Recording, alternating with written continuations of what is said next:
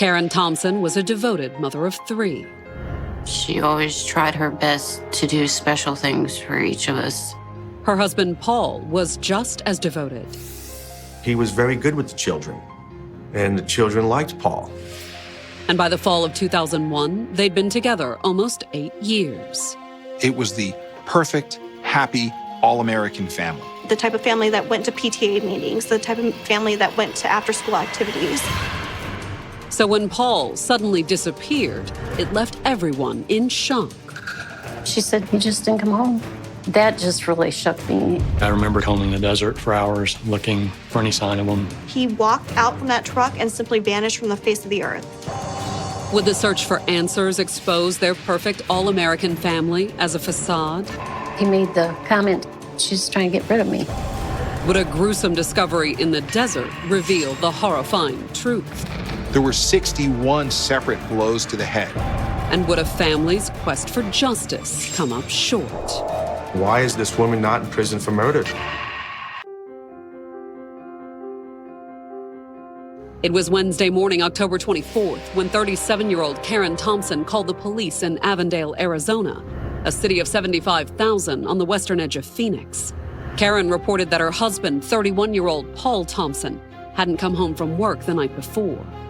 Karen wakes up and Paul's not there, and she's frantic. We were thinking something maybe bad happened to him because he's not the type to just go. Karen had spent the morning on the phone making worried calls to friends and family.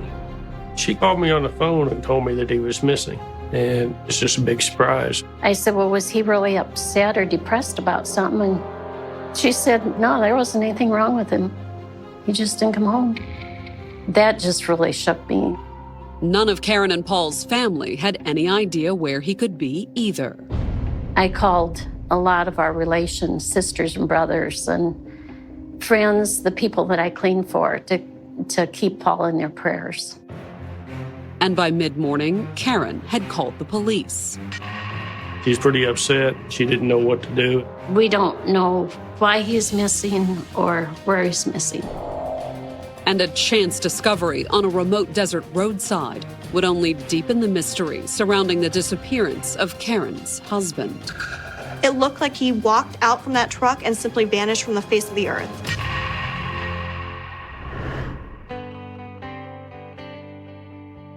Born in 1964, Karen started life far from the desert Southwest.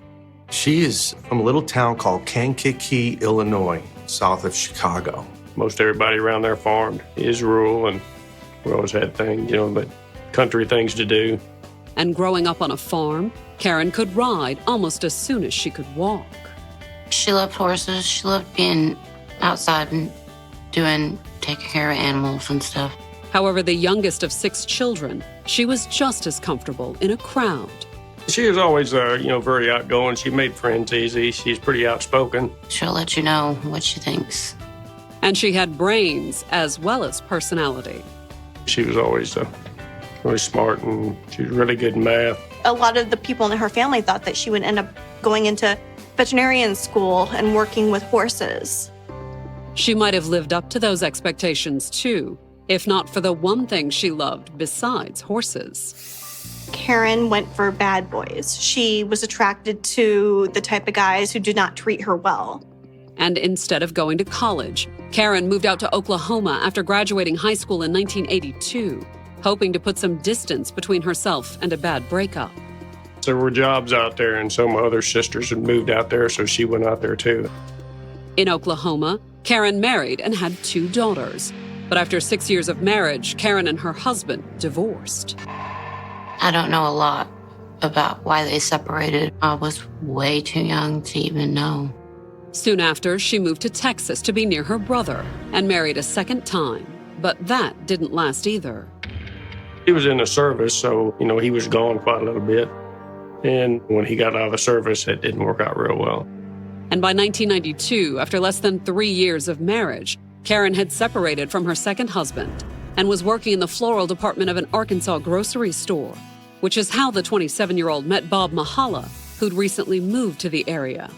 One of the girls at the register, I asked about horseback riding. She said her girlfriend in the floral department had 2 horses. So I go to the floral department and I meet Karen. Newly single, Karen agreed to go riding with Bob. I just fell for her. She was a very pretty lady and very fun. After riding several times with her, we started dating. And she became pregnant. Karen divorced her second husband and married Bob in the fall of 1992. But things became troubled almost as soon as Karen and her girls moved in with their new stepfather. I wasn't ready to be a dad. When here I am a dad. Now I've got a family. These little girls look up to me. They're calling me Dad, Daddy Bob.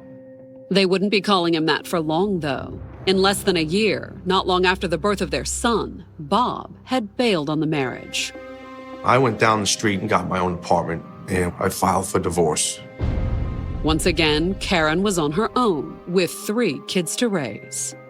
She was very good at making sure we had everything we needed. She always tried her best to do special things for each of us to feel important. So when she was struggling, we didn't know. Karen, who'd quit her florist job soon after becoming pregnant, started working at the local airport to support her children. She got a job doing baggage, loading bags onto the plane. It was a temporary job. But the temporary job inspired the 29-year-old to pursue a new career. Working at the airport for Karen, it opened her world up and she pursued being a travel agent. And it was while at school, studying to become a travel agent, that she met the man she'd finally settled down with, Paul Thompson.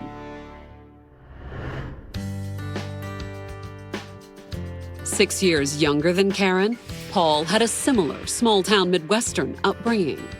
He was born in Blue Earth, Minnesota, and he lived in northern Iowa for the first, 13 and a half years of his life. Although unlike Karen, he was a quiet, introverted child. So that's why I remember, he didn't have as many friends in school growing up. And I remember majority of his time was spent, in his room reading. The habit served Paul well in school. In school, he was a straight-A student. He's pretty much soaked everything in. Money was tight, though. So rather than go to college, Paul joined the Army. Paul went to England for 2 years and to Germany for 2 years. Inspired by his time overseas, Paul took classes after his discharge to become a travel agent, which was how he met Karen. She told me one time that he was sitting at the table, and this was when they were in travel agency school. And she said, looking over at him, I just figured, well, he looked like such a nice, quiet guy just sitting there, and I should go over and meet him. The reserved loner didn't know what to make of it at first. He was taken aback a bit that a woman who he saw was attractive was engaging him. It was something very different than he had ever dealt with before.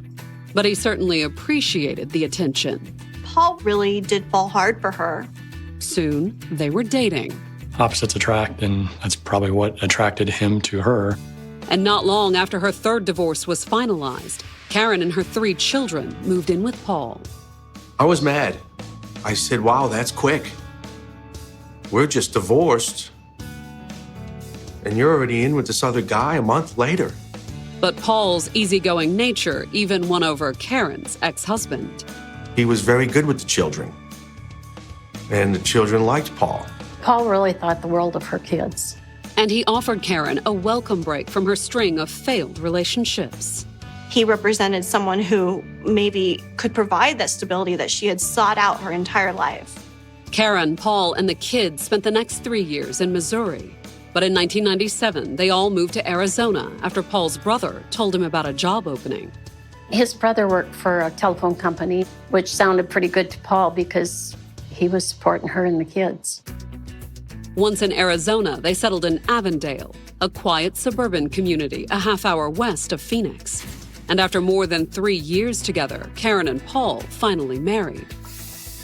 He'd wanted to marry her pretty bad.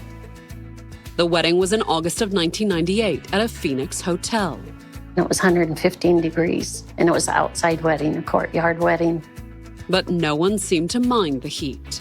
It was really very much a storybook wedding and a very happy day. Everyone saw an optimistic future for this family. Paul was making good money in the telecommunications field, and Karen found her dream job as a travel agent. She had booked several different things for me over the years.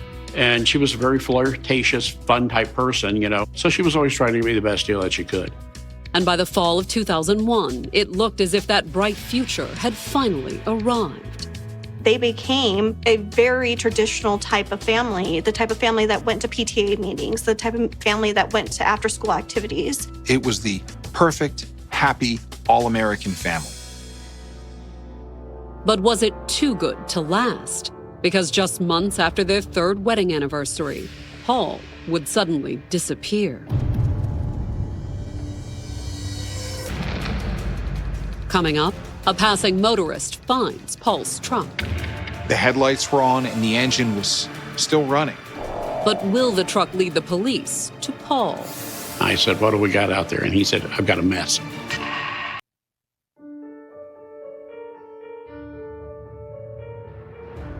It was a little after midnight on October 24th in the desert north of Phoenix when a passing motorist first noticed the strange truck. What was so unusual, it was on the side of the road in a remote area. The headlights were on and the engine was still running. In the middle of taking his girlfriend home after a date, the passerby didn't initially stop. But after dropping off his girlfriend, he drove by the truck again, and it hadn't moved. 45 minutes later, he'd gone to his girlfriend's and it was still running with lights on. Worried that the driver might be having some sort of emergency, the passerby decided to stop. He wanted to check it out and see if someone was around there. But there was no one around. It appeared that the truck's driver had simply abandoned it, with the keys in the ignition and the engine running. It was just as if he up and walked away. Puzzled as to why someone would simply leave a truck on the side of the road with the engine running, the passerby called 911. And when deputies from the Maricopa County Sheriff's Office arrived on the scene, they were just as confused as he was. There's no blood, there's no weapons, there's no signs of foul play. It didn't look like he had been carjacked. There were tools, valuable tools in the truck. However, running the truck's license plate did provide a couple of crucial clues. The truck's owner, 31-year-old Paul Thompson, lived almost an hour away in Avondale, Arizona. And when the sheriff's deputies contacted Paul's wife, 37-year-old Karen Thompson, she told them that Paul hadn't come home that night. Once the truck was found, even Karen was worried and upset because it was such a bizarre area for this truck to be. There was no good explanation as to why Paul would have been in such a remote desert area so far away from home. However, since there were no signs of foul play, the authorities turned the truck over to Karen and the family. Paul remained a missing person, and there was no other real evidence. But the truck did provide Paul's family with a place to start searching for the missing man. Our son Pete and his wife spent all day out in the desert where the truck was found, trying to find it. See if Paul was out there wandering around. I just remember combing the desert for hours, looking for any sign of him, any evidence, hoping for something that would lead us in a direction to find him. Karen and her daughters joined the search too. They made flyers and stuff and put up, and we were trying to work together. We walked forever, walking to see if we can see him somewhere, passing out flyers at the houses. But after almost 24 hours of frantic searching, there was no sign of Paul. They were running into a dead end.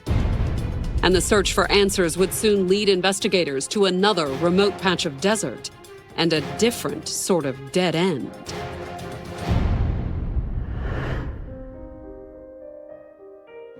It was the morning of October 25th, the day after Karen reported Paul missing, when a group was out ATV riding in the White Tank Mountains. The 30,000-acre park was 30 minutes north of Avondale and nearly an hour west of where a passerby had found Paul's abandoned truck. It's a really rocky desert with cactus, and you've got to be careful when you go in there. Although in this instance, one rider encountered an unexpected obstacle on the trail. He didn't realize it until he rolled over it that there was a body there. They discovered a male that had been mutilated, shot, beat up, possibly stabbed. It appears that he has been murdered.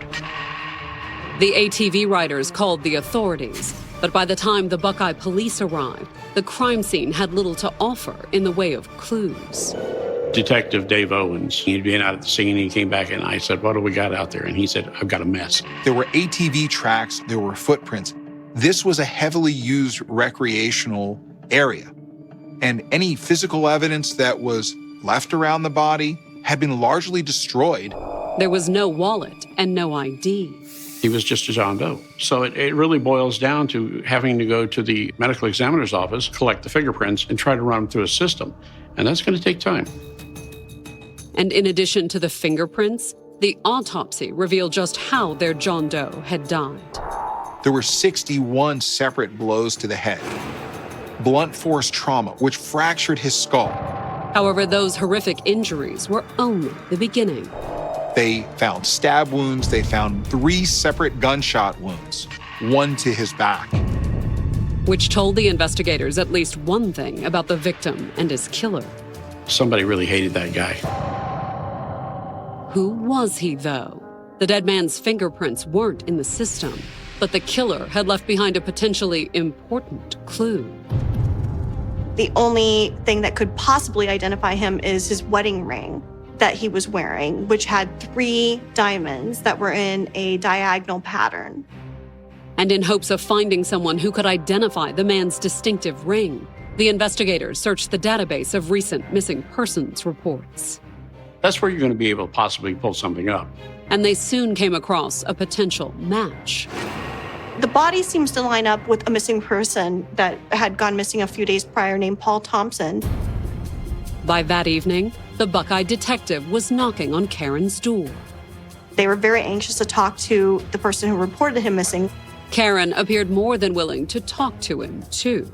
Karen seemed very forthright about her husband's disappearance. She told police that she felt that something went wrong, that something is wrong with her husband, that this was not like him, that he was in danger.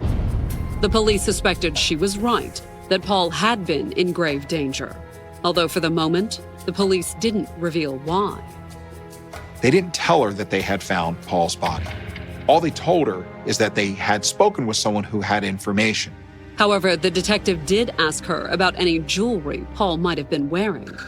She described the very unique design on that wedding ring. It was then that investigators were able to deduce that the body that they had found in the desert, covered with ATV tracks and shrouded in dirt, was the missing Paul Thompson.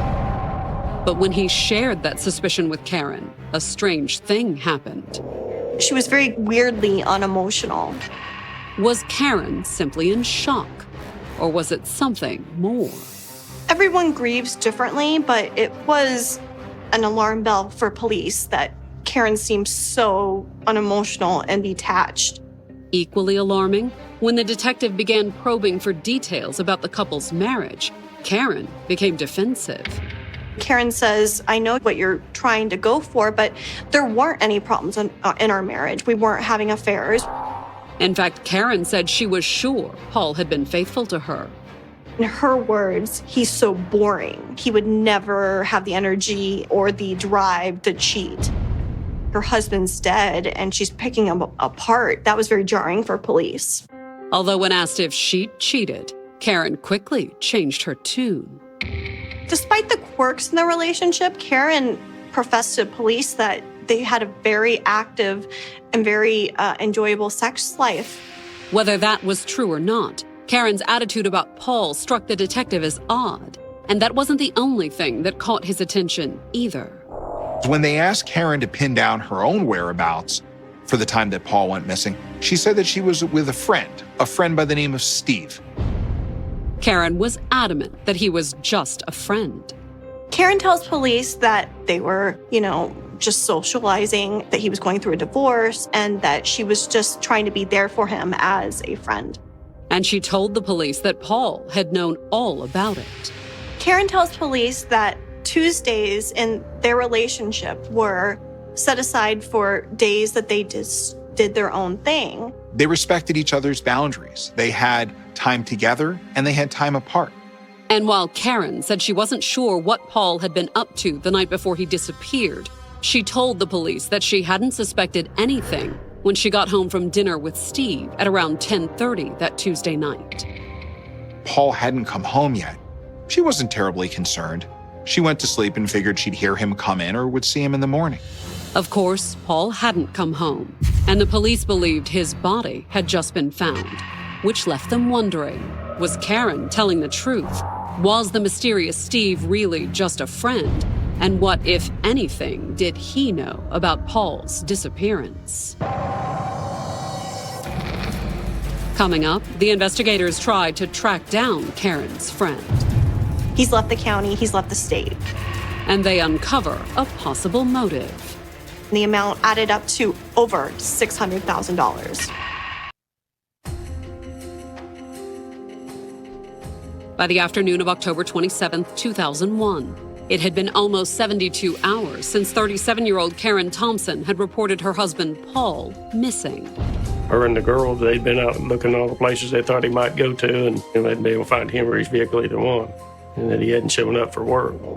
And it had been almost 48 hours since Paul's dead body had been found, a half hour from the family's home in Avondale, Arizona. The number of injuries that Paul sustained and the way that they were inflicted suggests somebody had a score to settle. But who might have a score to settle with Paul? After questioning Karen, the lead detective had his suspicions. There's something about her. He said, just things aren't adding up. Starting with the man she'd been having dinner with the night her husband disappeared, 35-year-old Steve Richmond. Police were trying to determine what kind of relationship Karen had with Steve. And when the investigators went looking for Steve, they soon had even more reason to be suspicious of Karen's friend. They can't find him anywhere. He's left the county, he's left the state. Was Steve on the run? Was there more going on between him and Karen than she'd let on? And might it have something to do with her husband's death? While the investigators were trying to track Steve down, they did a little digging into Karen's financials and found some information that suggested they might be on the right track. Just prior to Paul's death, Karen had taken out 2 life insurance policies on him. Police had also determined that amount added up to over $600,000. Was it merely a coincidence that Karen stood to make more than $500,000 off her husband's death? Or was it a motive for murder? When the investigators checked in with Paul's coworkers, they added another piece to the puzzle. Paul knew his marriage was in trouble. He had confided that to friends, and he believed that his wife was having an affair. However, that wasn't all Paul's coworkers told the police. They start hearing some very strange stories about what had been happening to Paul leading up until his death. Several weeks earlier, while Paul was at work, he bit into a tuna sandwich that he had for lunch, and out of the sandwich oozed mercury that would have been lethal had he swallowed it. But how had the deadly poison gotten into the sandwich? According to his coworkers, Paul had wondered if someone had tampered with the can of tuna at the factory. Paul did contact the manufacturer, but he didn't leave a message because he thought it would be too much hassle. But was there another explanation? One that hit much closer to home. In the break room at work, Paul had laughed it off. Paul made the comment, Karen made the sandwich, maybe she's trying to get rid of me. But now that Paul had been murdered, the investigators wondered if it was possible. Armed with information about Paul nearly being poisoned with mercury and Karen with another man, it was time to sit her down, confront her with some facts, and get some real answers. It was Monday, October 29th, and Karen was at home with her brother, Vernon, who'd recently arrived from Missouri. She called me and said, well, they found him, and she told me what had happened. So I loaded up and went to Phoenix right away. They were in the living room, looking over Paul's insurance paperwork, when the investigators knocked on the door. Went to the door. When I opened up the door, there was 5 or 6 police officers, detectives, all had guns pointing at me. The investigators ordered Karen and her brother out of the house. They had papers with them, and they showed them Karen, and she said, this is a search warrant.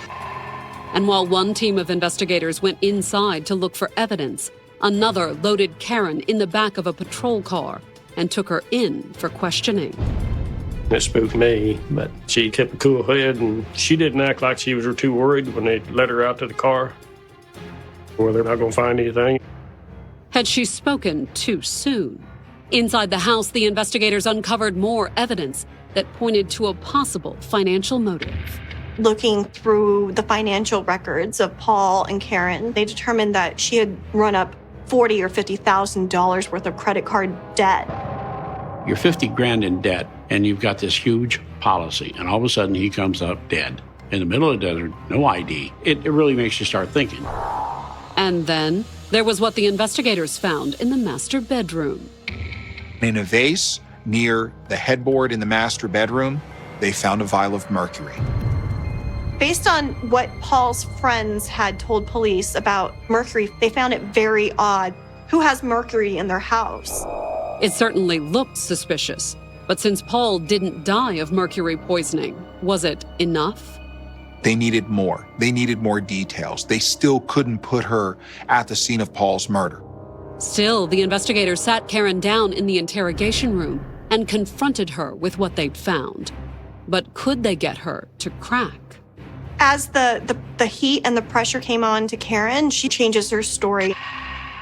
First, Karen admitted that she hadn't been honest about her friend, Steve. Karen revealed that, well, Steve, who was with her, wasn't just a friend. He was her lover. She said at one point they were hot and heavy, but they had since cooled off and they were just friends. Although she hinted that Steve might have had a hard time accepting that it was over between them. Karen acknowledged that he loved her so much that he would have killed her husband just to be with her.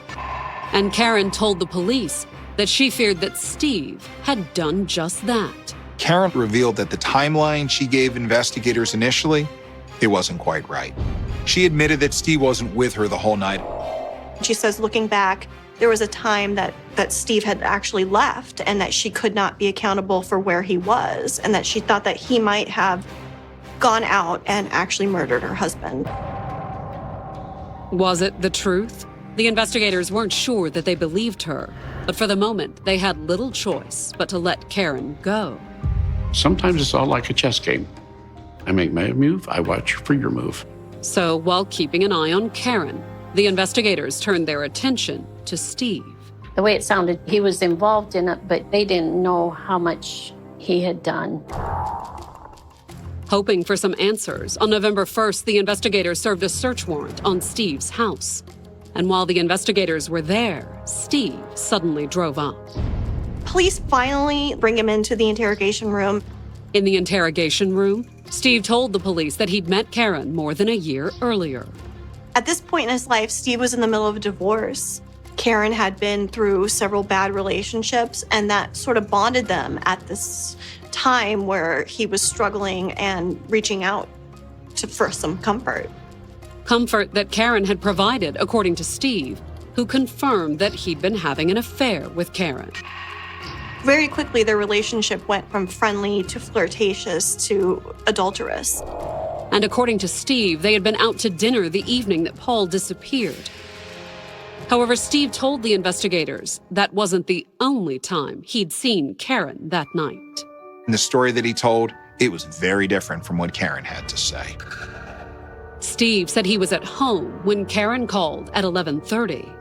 He told them that Karen called him frantic and distraught. According to Steve, Karen said she was waiting for him outside, and when he opened the door, he realized that something was wrong. Steve told police that on the night that Paul went missing, that Karen had Paul's truck. Steve said that Karen told him she needed his help getting rid of the truck. Steve didn't question her at that time. He did what she said. According to Steve, he and Karen had then abandoned Paul's truck along a highway northeast of Phoenix, where a passerby would find it a short time later. They took all of Paul's property, his wallet, his identification. Steve also took Paul's work computer, which was in his truck. Then Steve said that once he'd driven Karen back to her car, he'd helped her dispose of what they'd taken, starting with the wallet and IDs. Steve admitted that at Karen's request, he burned it along with Karen's clothing. Steve told police that he took the laptop and he threw it off an overpass into the desert. And there was one more piece of evidence that Steve admitted to getting rid of. And it was the piece that would interest the investigators the most. The evidence that Steve was told to dispose of included a .380 handgun. Steve admitted to throwing it into a local lake. Was it the murder weapon? Steve said it was the gun that killed Paul, but that it wasn't murder. He said that she and Paul were out in the desert and that Paul attacked her. There was a struggle over a gun and that she killed him in self-defense. That's what Karen claimed, according to Steve. And the investigators were willing to believe him up to a point. Although it was clear he was culpable in covering up the crime after the fact, enough of Steve's story added up that police were convinced that he was telling the truth. But that didn't mean they believed Karen's claim that she'd killed Paul in self-defense. Because of the numerous conflicting stories, because of the physical evidence, because of Paul being shot in the back, because of the credit cards, because of the insurance policy, because of the mercury, prosecutors were ready to go forward against Karen with a charge of first-degree murder. And on November 4th, the Buckeye police took Karen into custody, much to the dismay of her 3 children, including her then 17-year-old daughter, Janet. They didn't say anything to us. They wouldn't tell us because we were kids. My uncle tried to tell me, and we didn't know how to handle the situation that we were in. And they didn't know how long they would be in that situation, or how long their mother would stay in jail. Coming up, do the prosecutors have enough for a conviction? This was a classic he said, she said case.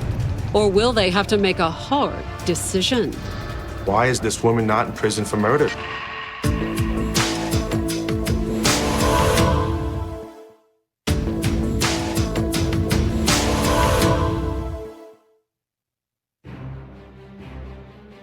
By November 4th, 2001, it had been more than a week since Karen Thompson's husband, Paul, had been found dead, an hour from the couple's Avondale, Arizona home.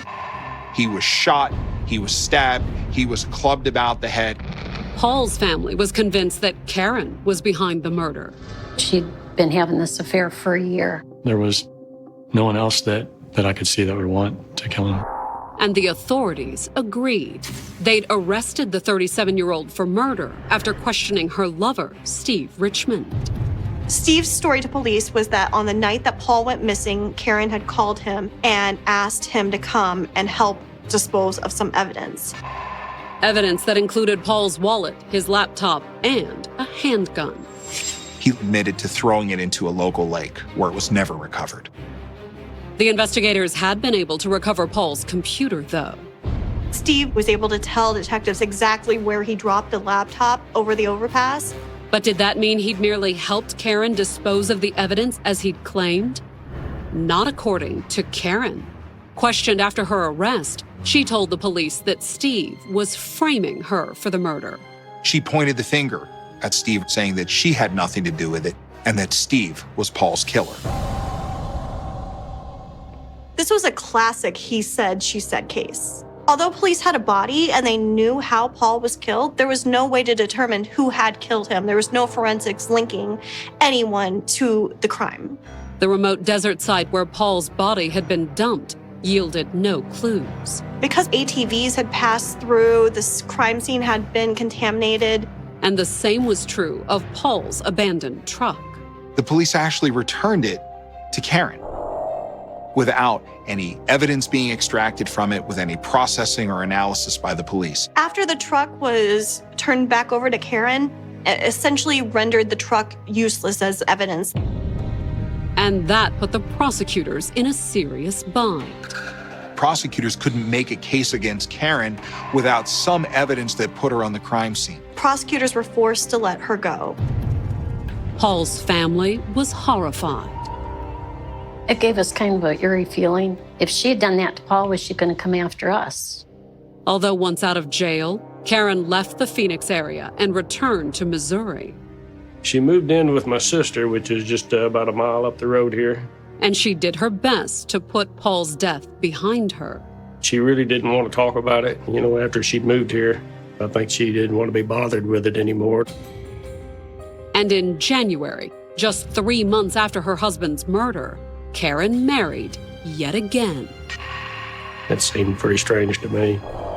She married this Mr. Sanchez. He had done a little prison time. Had a record. Wasn't the nicest guy in town, but she fell for him. How she met him, I don't know. But I was appalled after she killed her husband, she married him. That sends a red flag to every and anybody.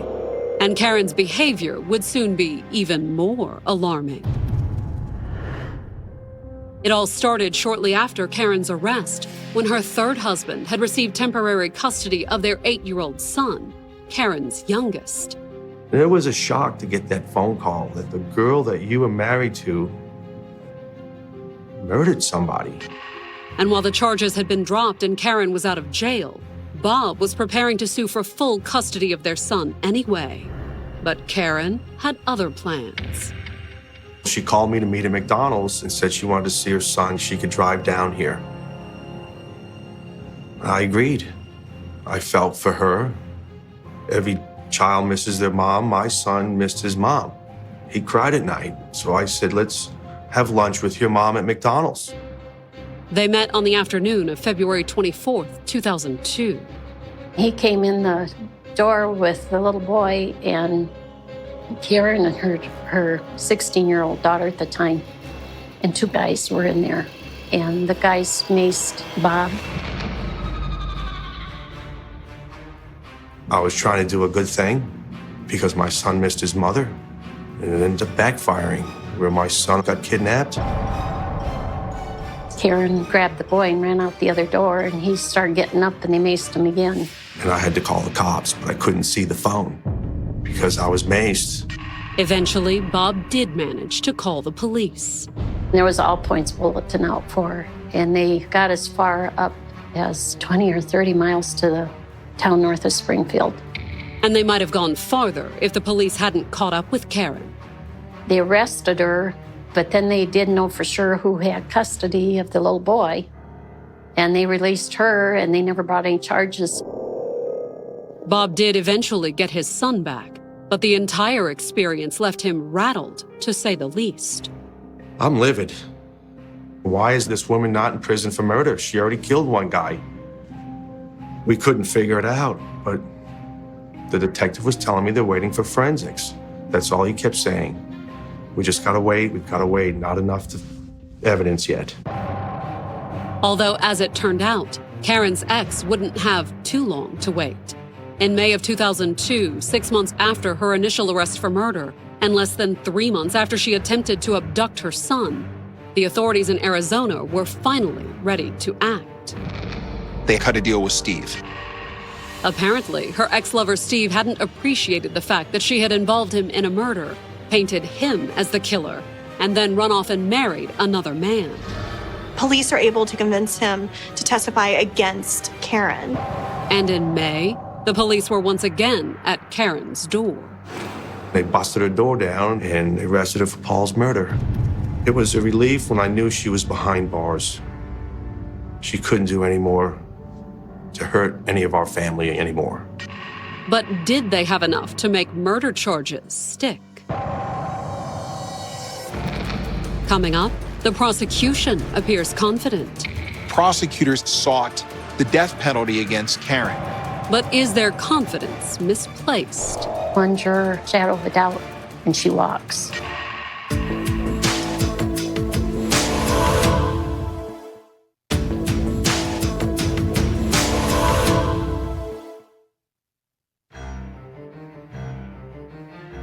On December 21st, 2004, 3 years after her husband Paul Thompson had been found dead in the Arizona desert, 40-year-old Karen Sanchez was finally in court to face murder charges.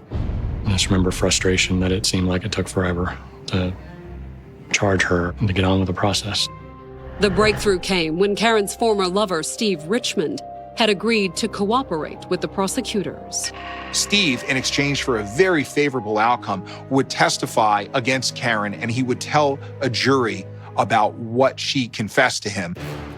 Although once he agreed to testify, his account of Karen's confession had changed, dropping her claim that she had killed Paul in self-defense. Steve, in his deposition, said that she had wanted to get rid of him. She didn't want to go through another divorce. She'd been through too much. She had too much to lose. Look at what Karen stood to gain. Money from a life insurance policy, a home, autonomy. And unlike Karen's earlier arrest, the prosecutors had witnesses who could back up Steve's claims. People are pointing the finger at Karen, saying that she had tried to hire them to kill her husband. But none of them would take her up on it. They said they weren't into doing something like that. But their testimony, combined with Steve's, could make all the difference. That she had offered them money to try and kill her husband. Those facts together supported the prosecution's case. And the fact that she'd tried to hire a hitman might have ended up costing Karen dearly. Prosecutors sought the death penalty. But that didn't mean they would get it. This definitely wasn't a slam dunk case. It wasn't a sure thing for prosecutors. They realized that they had a compromise if they were certain of getting any conviction at all. So with her trial date approaching, the prosecutors had contacted Karen's defense attorney and offered her a deal. Plead guilty for second-degree murder for a 20-year flat sentence. It was a bitter disappointment for Paul's family, but they felt there was little choice. They said, do you want to take the chance to go to a trial? And takes one juror, shadow of a doubt, and she walks. That made it pretty much an easy decision at that point. On December 21st, Karen took the deal. She pled guilty to second-degree murder with a stipulated sentence of 20 calendar years in prison with no early release. She'll be 57 when she gets out. But is that enough? Especially considering how Paul died. Paul Thompson endured a horrific and violent death. And then there was the senseless nature of the crime. After 3 divorces, why did Karen decide that Paul had to die? That's what I've tried to ask myself, for 15 years now. Why not just walk away?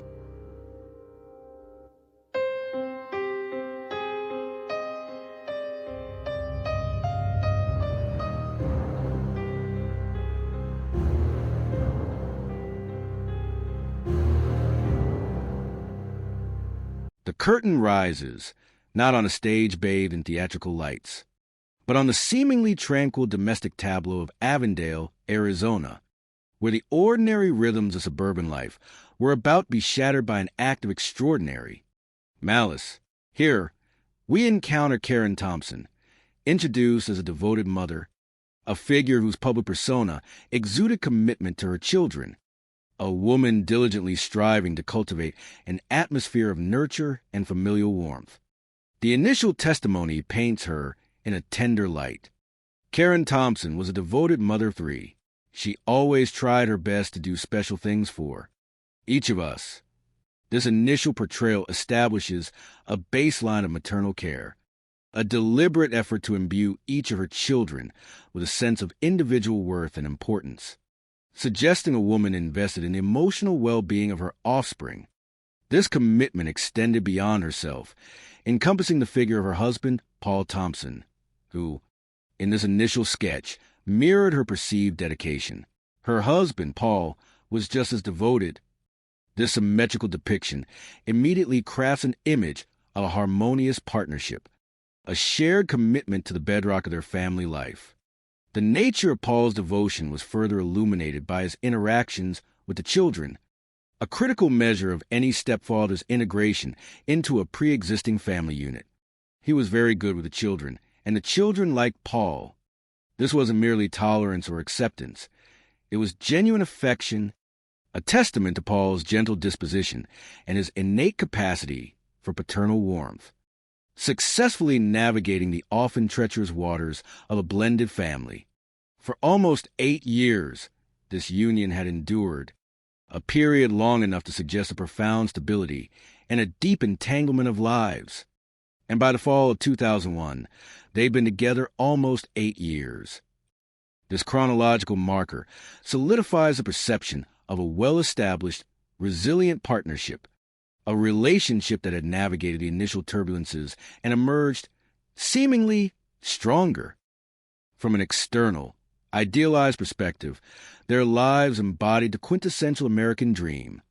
It was the perfect, happy all-American family.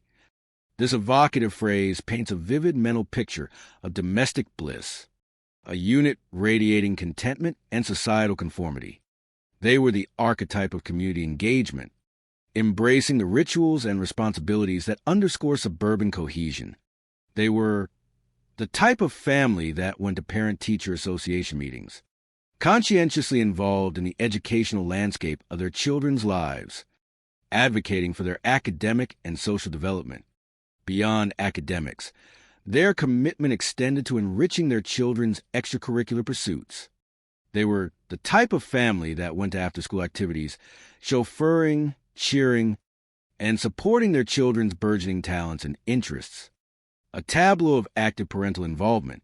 The public-facing image was one of unwavering support, cheerful participation, and seamless integration into the communal fabric. It was a picture of serene normalcy, of a household where stability reigned and contentment flourished, a perceived fortress of happiness in the often chaotic modern world. Given this meticulously constructed image of an unblemished, idyllic existence, the abrupt intrusion of the unforeseen, the shattering of this meticulously cultivated normalcy, sent shockwaves through their tightly knit social circles. So when Paul suddenly disappeared, it left everyone in shock. The very word, suddenly, emphasizes the unexpected, jarring nature of his vanishing, a discordant note in the symphony of their perceived harmony. For the person relaying this information, the profound impact of Karen's initial report, stripped of any preceding explanation, was deeply unsettling. She said, "We just didn't come home." The stark simplicity of Karen's statement, devoid of context, offered no comfort, no logical pathway to understanding. This profound, unexplained absence immediately triggered a deep, visceral alarm. That just really shook me. The emotional tremor described here underscores the rarity of such an event in their lives, rendering it deeply disquieting. In the immediate aftermath, the desperation to find answers propelled a tireless, physically grueling search, fueled by hope clinging precariously to the edge of despair. I remember calling the desert for hours, looking for any sign of them. The vast, unforgiving landscape of the Arizona desert, usually a place of quiet beauty, was transformed into an arena of anxious searching, each passing hour intensifying the gnawing fear.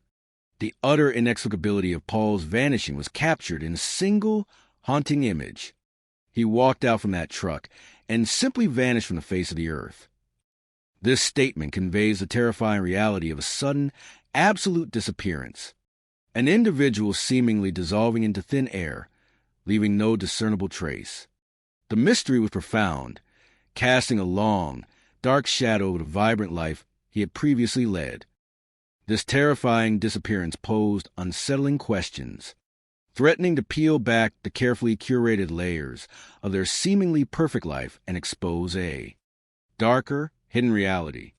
Would the search for answers expose their perfect all-American family as a facade? This rhetorical question immediately introduces the psychological concept of discrepancy between appearance and truth, between a meticulously constructed public image and a potentially tumultuous private life. The very notion of a facade implies a deliberate act of concealment, a performative element designed to project an idealized image that masks an underlying, unsettling truth. A chilling, prophetic comment made by Paul himself, unearthed only after his disappearance, provided a grim foreshadowing of the internal strife he was experiencing. He made the comment, "She's trying to get rid of me." These words, retrospectively laden with sinister meaning, suggest a profound marital discord, a pervasive sense of threat emanating from within his closest relationship, casting a dark cloud over Karen's initial portrayal. The search for answers promised a revelation of a deeply horrifying truth, hinted at by the ominous reference to the desert and its grim secret. Would a gruesome discovery in the desert reveal the horrifying truth?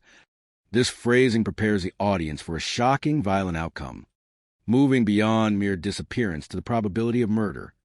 The sheer brutality of the impending discovery was underscored by a terrifying numerical detail, a metric of extreme violence. There were 61 separate blows to the head. This chilling statistic, stark in its clinical presentation, conveys an intensity of rage and malice that transcends ordinary acts of violence, implying a deeply personal, visceral attack. The narrative, driven by this horrifying revelation, then poses a profound question regarding the ultimate outcome of the family's quest for accountability. And would a family's quest for justice come up short? This challenges the inherent belief in the infallibility of the justice system, suggesting that despite clear evidence, a conviction might not be guaranteed, introducing a thread of legal complexity. The bitter lament that punctuates this inquiry encapsulates the lingering frustration and moral outrage that such an outcome would invariably provoke. Why is this woman not in prison for murder?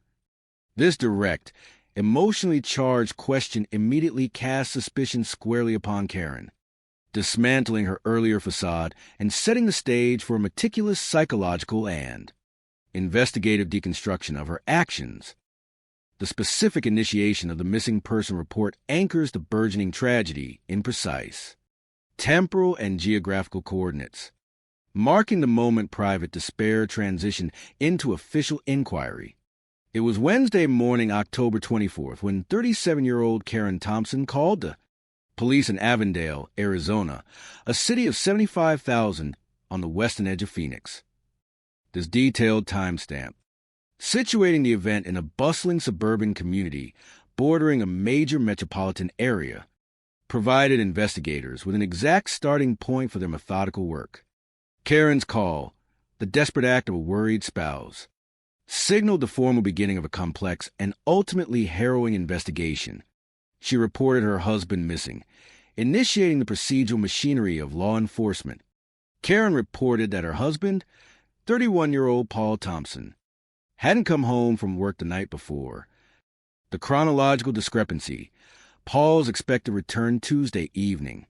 Karen's call Wednesday morning suggests a lapse in time, perhaps initial hopes that he would simply reappear. Karen's reported state upon this realization was one of intense agitation, a natural reaction for a spouse. Karen wakes up and Paul's not there, and she's frantic. This portrayal painted a picture of distress and alarm, consistent with a genuinely worried wife. From the perspective of those close to Paul, his absence was profoundly out of character, an immediate red flag. We were thinking something maybe bad happened to him, because he's not the type to just go. Paul's reliability, a core trait of his personality, precluded any explanation of him simply abandoning his life and family without word. Leading up to her call to the police, Karen had engaged in the worried ritual common to families facing an unexplained absence, reaching out to their extended network for information and reassurance. Karen had spent the morning on the phone, making worried calls to friends and family.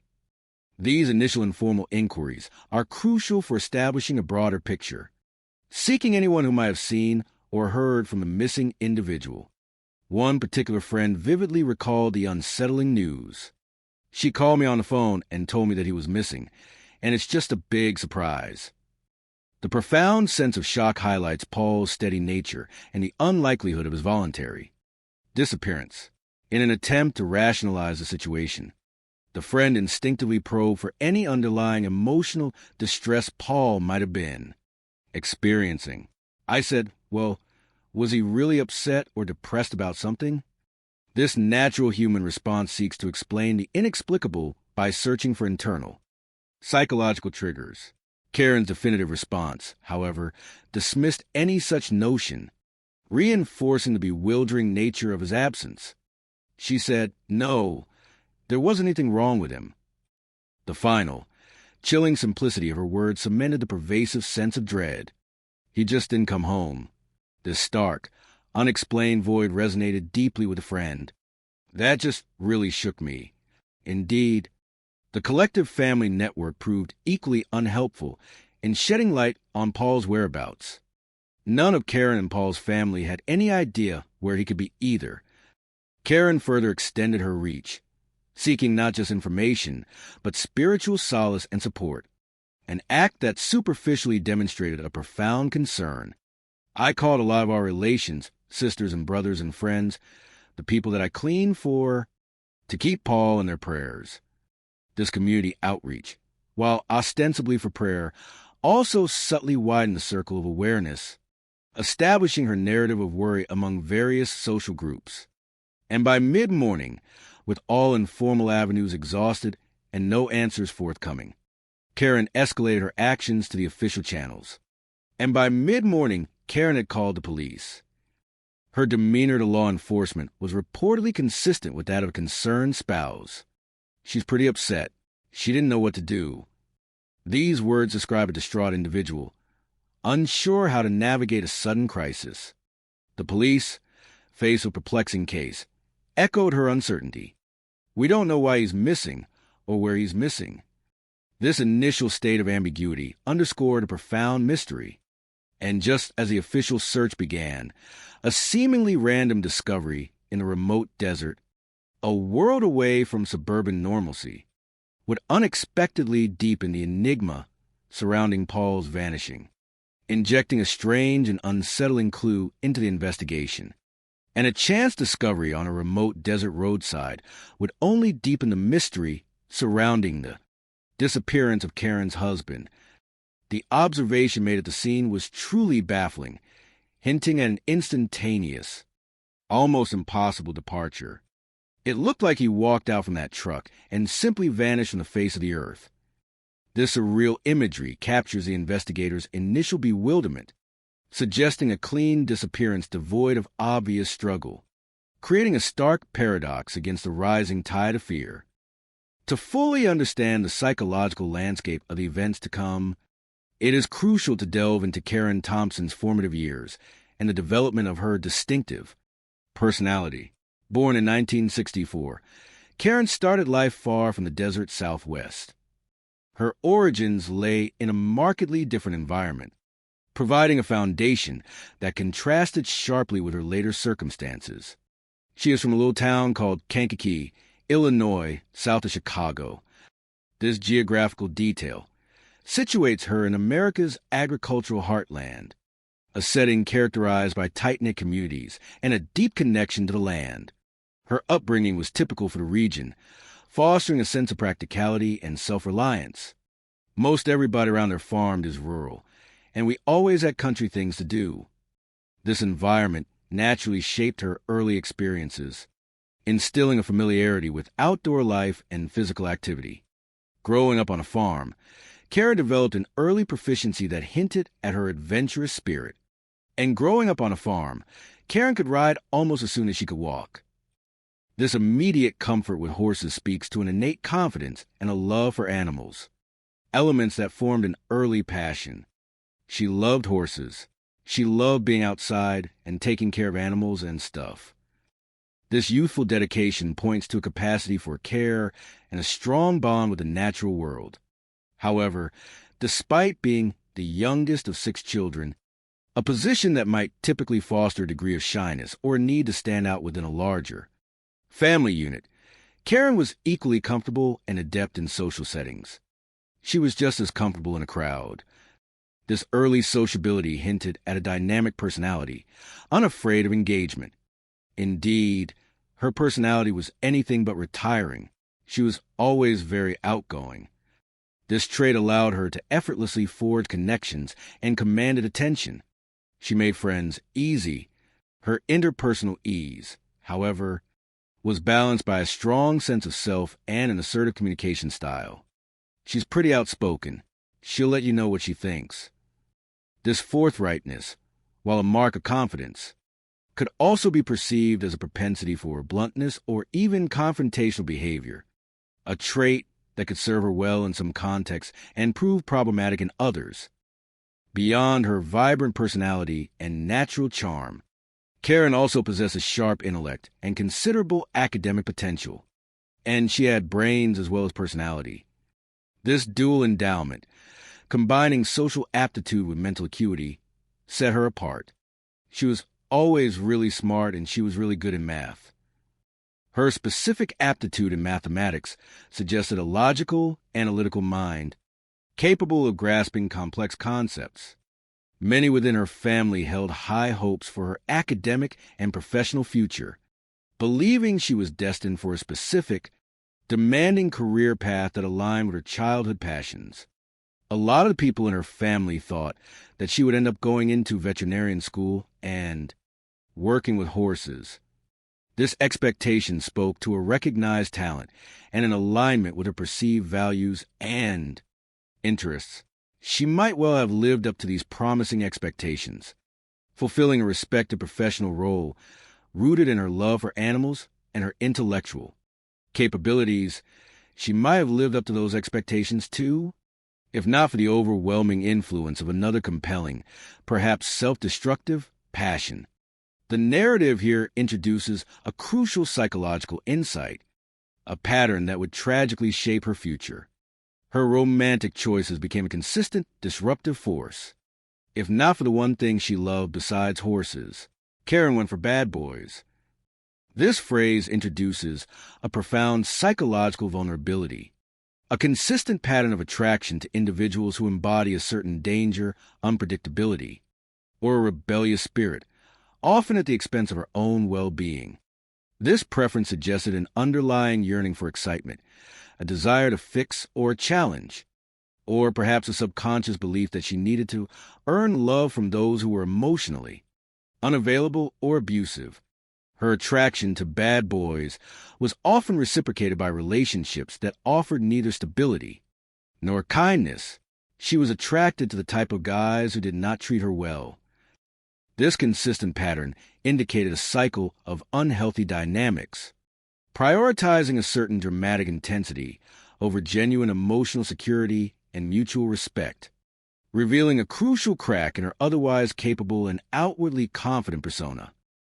This pattern of choosing volatile relationships steered Karen's life trajectory dramatically away from the academic and professional path her family had envisioned for her, and instead of going to college, Karen moved out to Oklahoma after graduating high school in 1982, hoping to put some distance between herself and a bad breakup.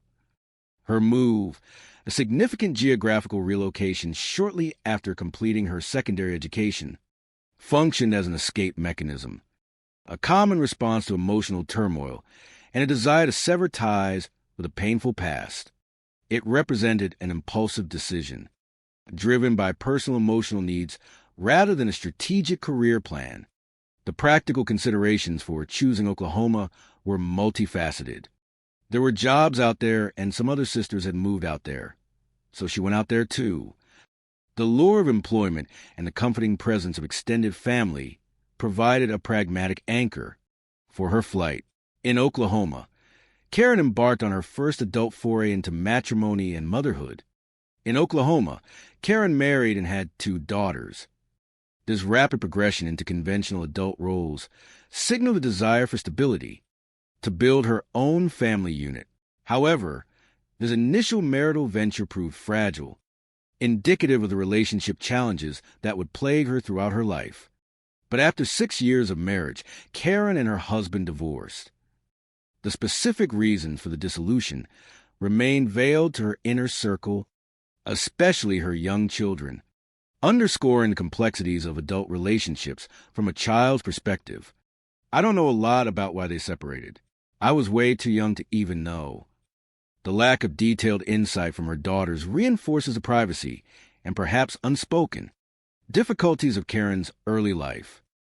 Soon after the end of her first marriage, Karen's restless search for a stable existence, or perhaps for another attempt at a nuclear family, propelled her to yet another geographical relocation. Soon after, she moved to Texas to be near her brother and married a second time.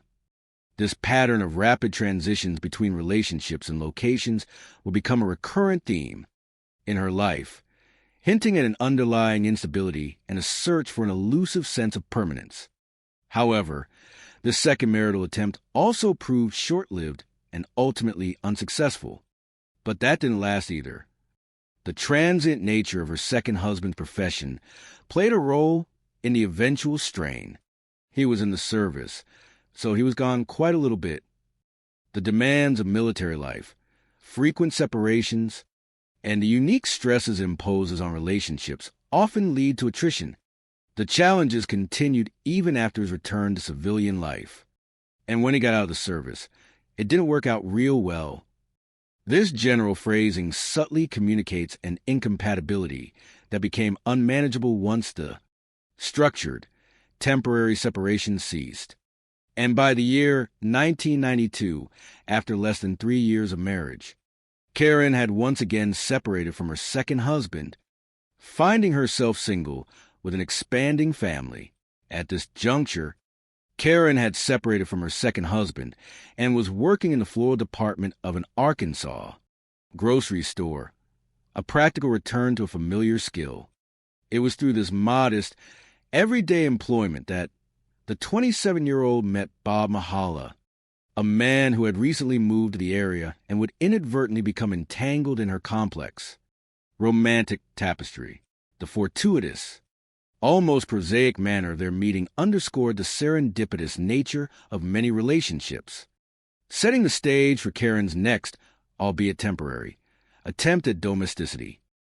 The story of how Bob Mahala met Karen reveals an innocent and charming origin, yet one destined to quickly become entangled in Karen's established patterns of rapid, emotionally driven relationships. Bob's recollection begins with a simple, genuine inquiry. One of the girls at the register, I asked about horseback riding. This casual question, indicative of Bob's interests, unexpectedly led him directly to Karen. The register clerk, a natural connector, pointed him in the right direction. She said her girlfriend in the floral department had 2 horses. This piece of information created the direct link, bringing 2 disparate individuals into contact. So, driven by a shared passion for equestrian activities. So I go to the floral department and I meet Karen. At this point, Karen was newly single, ostensibly available and perhaps vulnerable, setting the stage for a new romantic entanglement. She agreed to go riding with Bob, an innocent activity that laid the groundwork for a deeper connection. Newly single, Karen agreed to go riding with Bob. Bob's immediate impression of Karen was overwhelmingly positive, marked by admiration and a sympathetic understanding of her recent relationship troubles. I just fell for her. This emotional connection, a sense of empathy, served as a powerful foundation for their burgeoning relationship. He found her not only physically appealing, but also possessed an engaging personality. She was a very pretty lady and very fun. These qualities made her immediately attractive to Bob, drawing him into her orbit. After several shared rides, their connection deepened beyond mere camaraderie. After riding several times with her, we started dating. The relationship progressed rapidly, culminating in a significant and life-altering event, and she became pregnant. This swift escalation into parenthood dramatically accelerated their commitment. In the whirlwind of events, Karen expedited the dissolution of her existing marriage to formalize her new relationship. Karen divorced her second husband and married Bob in the fall of 1992. This quick succession of events, while appearing to create a stable new family unit, paradoxically ushered in immediate difficulties. But things became troubled almost as soon as Karen and her girls moved in with their new stepfather.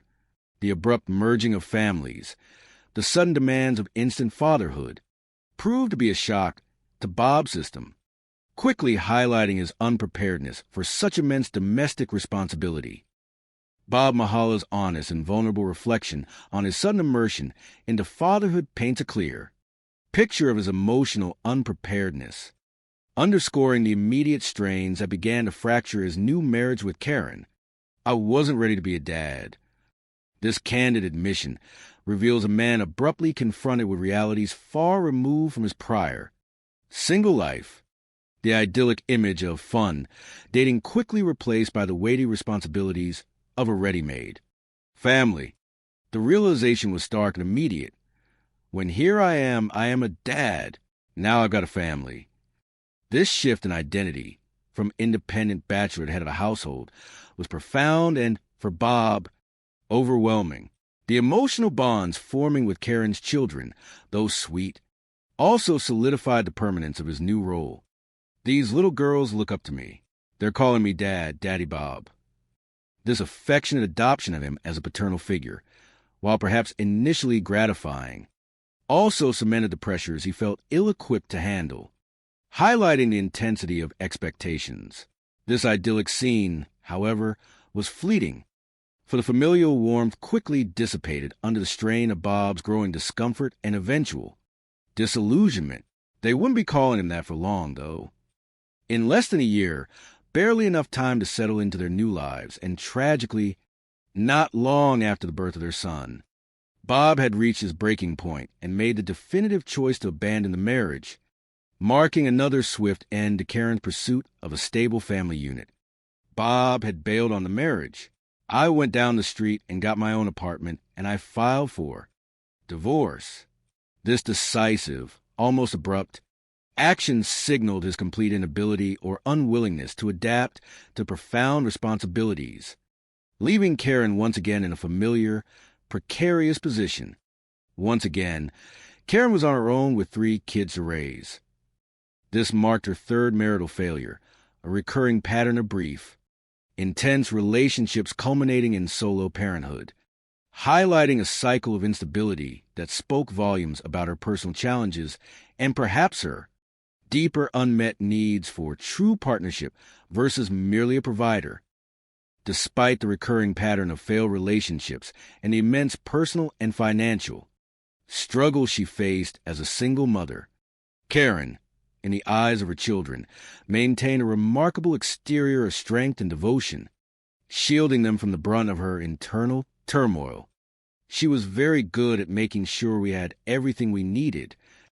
This statement speaks to her formidable maternal resilience and resourcefulness, prioritizing her children's basic welfare, even in the face of her own difficulties.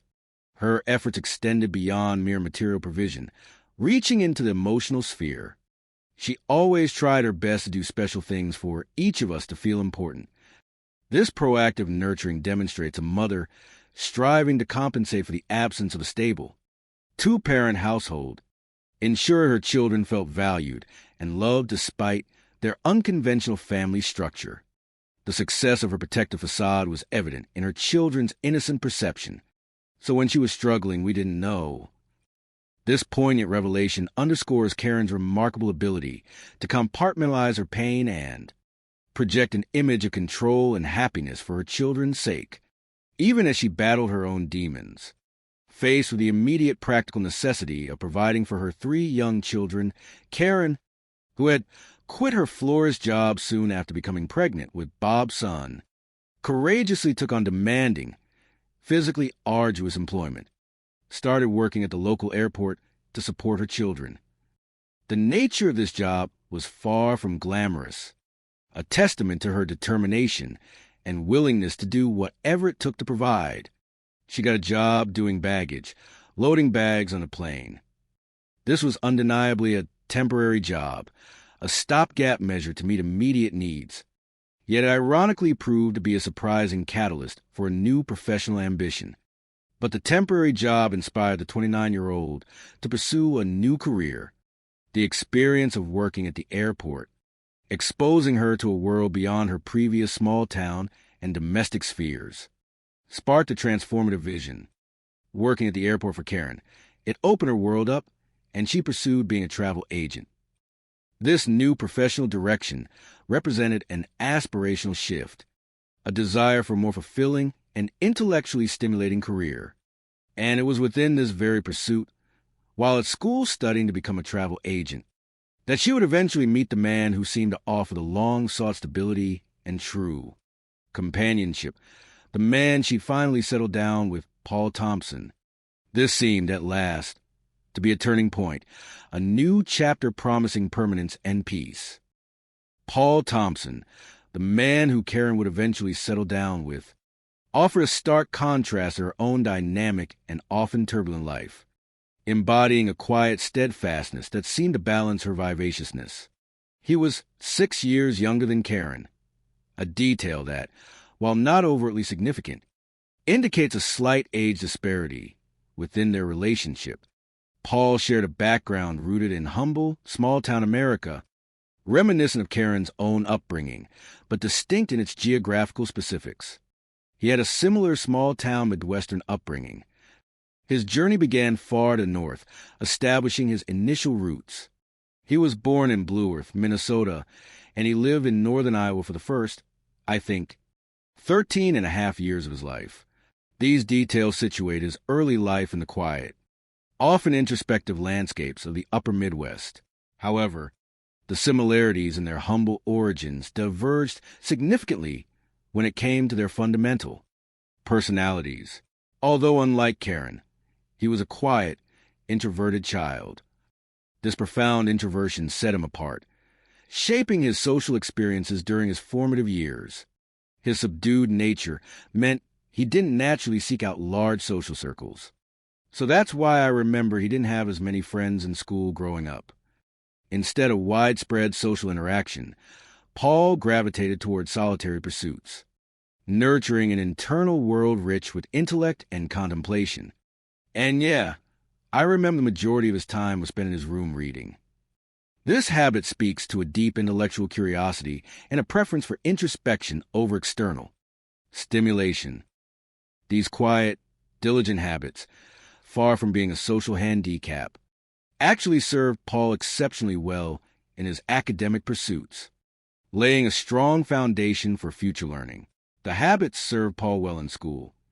His dedication and introverted focus translated into demonstrable academic excellence.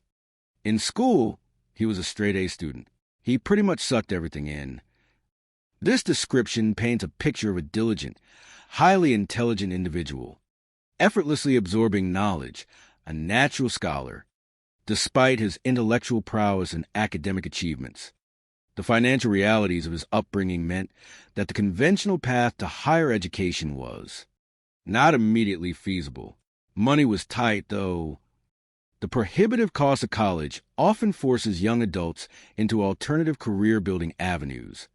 And for Paul, this led to a significant life decision. So rather than go to college, Paul joined the Army. This pragmatic choice provided not only a career path, but also a structured environment and exposure to the wider world, a stark departure from his quiet Midwestern roots. His military service was extensive and diverse, offering him invaluable overseas experience. Paul went to England for 2 years and to Germany for 2 years. This period abroad broadened his horizons, instilling a sense of adventure and international awareness. Inspired by his time overseas and equipped with practical skills and newfound confidence, Paul returned to civilian life with a clear vocational direction. Inspired by his time overseas, Paul took classes after his discharge to become a travel agent, a career path that would ironically lead him directly to Karen, the woman who would ultimately define both his happiness and his tragedy, which was how he met Karen. Their paths converged not in a bustling social scene, but in the quiet, focused environment of professional training, setting the stage for their intertwined destinies. The serendipitous meeting between Karen and Paul, set against the backdrop of a vocational training school, offered a poignant glimpse into their contrasting personalities and Karen's evolving romantic strategy. She recounted the moment, recalling her deliberate, almost analytical assessment of Paul. She told me one time that he was sitting at the table, and this was when they were in travel agency school. She said, looking over at him, I just figured, well, he looks like such a nice, quiet guy just sitting there, and I should go over and meet him. This recollection reveals a deliberate choice on Karen's part, a conscious departure from her past pattern of bad boys. She wasn't drawn by a rebellious allure, but by an apparent aura of stability and gentleness. Paul, being the reserved loner, was entirely unprepared for such a direct and confident approach. Didn't know what to make of it at first. Her forthrightness, especially from someone he perceived as physically desirable, was novel and disarming. He was taken aback a bit that a woman who he saw was attractive was engaging him. This highlights Paul's introverted nature and his probable lack of experience with such assertive, romantic overtures. The attention, however, was clearly welcome and deeply appreciated by the quiet man. It was something very different than he had ever dealt with before, but he certainly appreciated. The attention, for Paul, who preferred books to boisterous social scenes, Karen's directness was a thrilling, if unfamiliar, experience. This initial positive impression quickly deepened. Paul really did fall hard for her. His earnest nature meant his affection was genuine and profound. Soon, their relationship progressed beyond friendship into a burgeoning romance. Soon, they were dating. The dynamic was a classic example of complementary personalities. Opposites attract, and that's probably what attracted him to her. His quiet stability and intellectual depth offered a calming contrast to her outspoken, energetic personality, creating a perceived balance that seemed, at first, to promise enduring compatibility. The acceleration of their relationship demonstrated Karen's established pattern of rapid domestic integration, and not long after her third divorce was finalized, Karen and her 3 children moved in with Paul. This swift cohabitation, following so closely on the heels of a marital dissolution, raised red flags for her own family, indicating a haste that seemed less about love and more about securing a provider. Her brother's reaction, one of incredulity and concern, captured this sentiment. I was mad. I said, "Wow, that's quick. We're just divorced. And you're already in with this other guy a month later." This external observation served as a potent warning, a premonition of instability that Paul, smitten and introverted, might have overlooked or deliberately ignored. Despite the personal misgivings of Karen's family, Paul's inherent easygoing nature allowed him to seamlessly integrate into Karen's pre-existing family unit, winning over even her ex-husband. But Paul's easygoing nature even won over Karen's ex-husband. He was very good with the children, and the children liked Paul. This acceptance by the children and their biological father underscored Paul's genuine warmth and his sincere commitment to the new family structure. Paul really thought the world of her kids. His devotion to Karen's children offered her not just a partner, but a desperately needed respite from her tumultuous romantic history. And he offered Karen a welcome break from her string of failed relationships. Psychologically, Paul represented a profound and appealing solution for Karen, embodying the stability she had demonstrably craved throughout her earlier, turbulent life. He represented someone who maybe could provide that stability that she had sought out her entire life. He was, at least in appearance, the calm port after a lifetime of emotional storms, the reliable anchor she desperately sought to moor her restless spirit. Karen, Paul, and the 3 children, forming their new, blended family unit, spent the next 3 years establishing their lives in Missouri, seeking a new foundation. Karen, Paul, and the kids spent the next 3 years in Missouri. This period represented a relatively stable chapter, a brief interlude of normalcy and continuity. However, by 1997, a new opportunity arose, prompting another significant geographical relocation for the family. They all moved to Arizona after Paul's brother told him about a job opening. This move was driven by practical, economic factors, specifically the promise of improved financial prospects for Paul. His brother's profession, offering a direct pathway to employment, was particularly appealing given Paul's role as the primary financial support. His brother worked for a telephone company, which sounded pretty good to Paul because he was supporting her and the kids. This detail highlights Paul's growing commitment to his role as provider, conscientiously taking on the burden of caring for Karen and her children. Once in Arizona, the family sought a permanent home, eventually settling in a suburban community that offered a blend of peace and proximity to opportunities. Once in Arizona, they settled in Avondale, a quiet suburban community a half-hour west of Phoenix. This new location represented a fresh start, a place where their perfect all-American family image could truly flourish. And after more than 3 years together, building their life and family, Paul's deep desire for formal commitment finally manifested. And after more than 3 years together, Karen and Paul finally married. He wanted to marry her pretty bad. This statement speaks volumes about Paul's profound affection and his yearning to formalize their bond, a testament to his belief in the stability of their relationship, a desire perhaps contrasting Karen's more pragmatic view of marriage as a solution to her instability. The wedding, the ultimate symbol of Paul's profound commitment and his hope for an enduring future with Karen, took place in August of 1998 in a prominent Phoenix hotel. The wedding was in August of 1998 at a Phoenix hotel. Despite the challenging desert climate during the height of summer, known for its intense heat, the couple chose an outdoor setting for their vows. It was 115 degrees, and it was an outside wedding, a courtyard wedding. This detail speaks to a certain romantic vision, perhaps a stubborn commitment to an aesthetic choice even in the face of physical discomfort. Remarkably, but no one seemed to mind the heat. The atmosphere of joy and celebration, the palpable sense of optimism for the newly formed union, evidently transcended the physical inconvenience. It was widely perceived as an occasion of genuine happiness and enduring promise. It was really very much a storybook wedding and a very happy day. This phrase, often used to describe events of perceived perfection, underscores the powerful public facade of their relationship, projecting an image of idealized romance. Everyone present, witnessing the apparent joy and commitment, held high hopes for the family's future.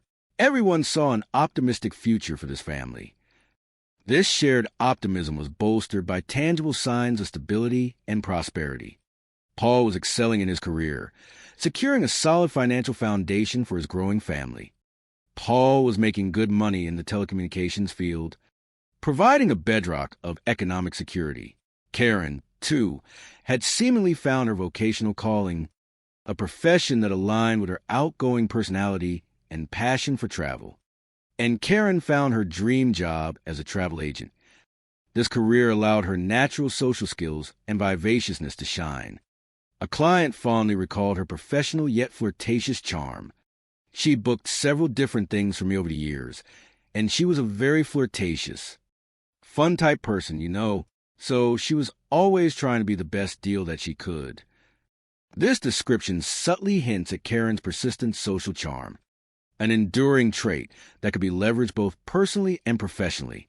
And by the fall of 2001, barely 3 years after their wedding, it looked as if that bright future had finally arrived. This statement paints a picture of a family reaching the apex of their aspirations, enjoying the fruits of their labor and love. Indeed, by the autumn of 2001, Karen and Paul Thompson had, from an external perspective, meticulously crafted and successfully embodied the archetypal ideal of suburban American life. They became a very traditional type of family, meticulously adhering to the perceived societal norms and engaging in communal activities that reinforced their image of stability and normalcy. This wasn't merely a private state of being, but a public performance of familial cohesion. They were the type of family that went to parent-teacher association meetings, conscientiously involved in the educational landscape of their children's lives, advocating for their academic and social development, presenting a united front of responsible parenting. Beyond academics, their commitment extended to enriching their children's burgeoning extracurricular pursuits, actively participating in the tapestry of their lives. They were the type of family that went to after-school activities, dutifully chauffeuring, cheering, and supporting their children's talents and interests, a visible tableau of active, engaged parental involvement. This public-facing image was one of unwavering support, cheerful participation, and seamless integration into the communal fabric of Avondale. It was, to all appearances, a picture of serene normalcy, of a household where stability reigned. Contentment flourished, and American values were proudly displayed. It was a perfect, happy, all-American family. This phrase, so powerful in its idealized imagery, captures the ultimate illusion they had collectively presented to the world. However, the narrative immediately introduces a chilling question, a dark premonition that such an immaculate facade might be inherently unsustainable, brittle beneath the surface. But was it too good to last? This rhetorical question plants the seeds of doubt, hinting at an impending tragedy that would irrevocably shatter their meticulously constructed world. The timing of this impending crisis was especially poignant, marking a cruel twist of fate, because just months after their third wedding anniversary, Paul would suddenly disappear. The brevity of this blissful period, just beyond a milestone of marital commitment, lends an ironic and heartbreaking urgency to his vanishing. This statement foreshadows not merely an absence, but brutal rupture in the fabric of their lives, transforming the perfect, happy, all-American family into a tableau of profound mystery and eventually devastating loss. The suddenness of Paul's disappearance served as the explosive detonation that would expose the cracks in their seemingly impenetrable veneer. The narrative shifts abruptly from the abstract anxieties of Paul's disappearance to the concrete, albeit perplexing, discovery of his vehicle, setting the stage for a new wave of investigative effort. The phrase coming up signals an imminent, dramatic reveal, escalating the tension. A passing motorist finds Paul's truck, a seemingly mundane event that would prove pivotal. The specific details of the discovery, the headlights were on and the engine was still running, immediately create an eerie, unsettling tableau, suggestive of an abrupt and inexplicable abandonment rather than a routine parking. This raises an immediate, critical question for law enforcement. But will the truck lead the police to Paul? The discovery of the vehicle, while a breakthrough, presents its own enigmatic puzzle, devoid of its driver. The initial assessment of the crime scene by the responding officers would be one of profound confusion and disarray, as indicated by the blunt, professional assessment of the detective. I said, "What do we got out there?" And he said, "I've got a mess." This visceral phrase signals a scene lacking conventional clues, perplexing in its presentation, and challenging for seasoned law enforcement officers to immediately decipher, hinting at a complexity far greater than a simple car theft or breakdown. The exact timing and location of the truck's discovery solidified the investigative timeline and geographical focus. It was a little after midnight on October 24th, in the desert north of Phoenix, when a passing motorist first noticed a strange truck. The late hour, the desolate desert landscape, and the unexpected nature of the vehicle's presence amplified the strangeness of the scene, turning a simple sighting into an unusual anomaly. What was immediately apparent was a profound incongruity of the situation. What was so unusual? It was on the side of the road, in a remote area. Vehicles in such isolated spots usually suggest trouble, but the specific operational state of the truck deepened the mystery. The headlights were on, and the engine was still running. This implied an instantaneous, perhaps panicked, departure, or an owner intending to return almost immediately, creating a baffling scenario. The passing motorist, initially preoccupied with domestic duties, did not immediately stop. He was in the middle of taking his girlfriend home after a date, a mundane errand juxtaposed against the emerging mystery. Therefore, the passerby didn't initially stop. However, the unsettling sight gnawed at him. But after dropping off his girlfriend, he drove by the truck again and it hadn't moved. This second observation, a significant 45 minutes later, intensified his concern. 45 minutes later, he'd gone his girlfriend's, and it was still running with lights on. The prolonged, static presence of the running truck in such a desolate location finally triggered a responsible citizen's concern. Worried that the driver might be having some sort of emergency, the passerby decided to stop. He wanted to check it out and see if someone was around there.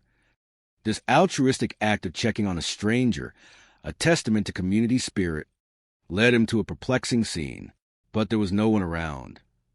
The absence of the driver was absolute, a profound silence surrounding the running vehicle. The state of the truck was almost surreal in its apparent abandon. It appeared that the truck's driver had simply abandoned it, with the keys in the ignition and the engine running.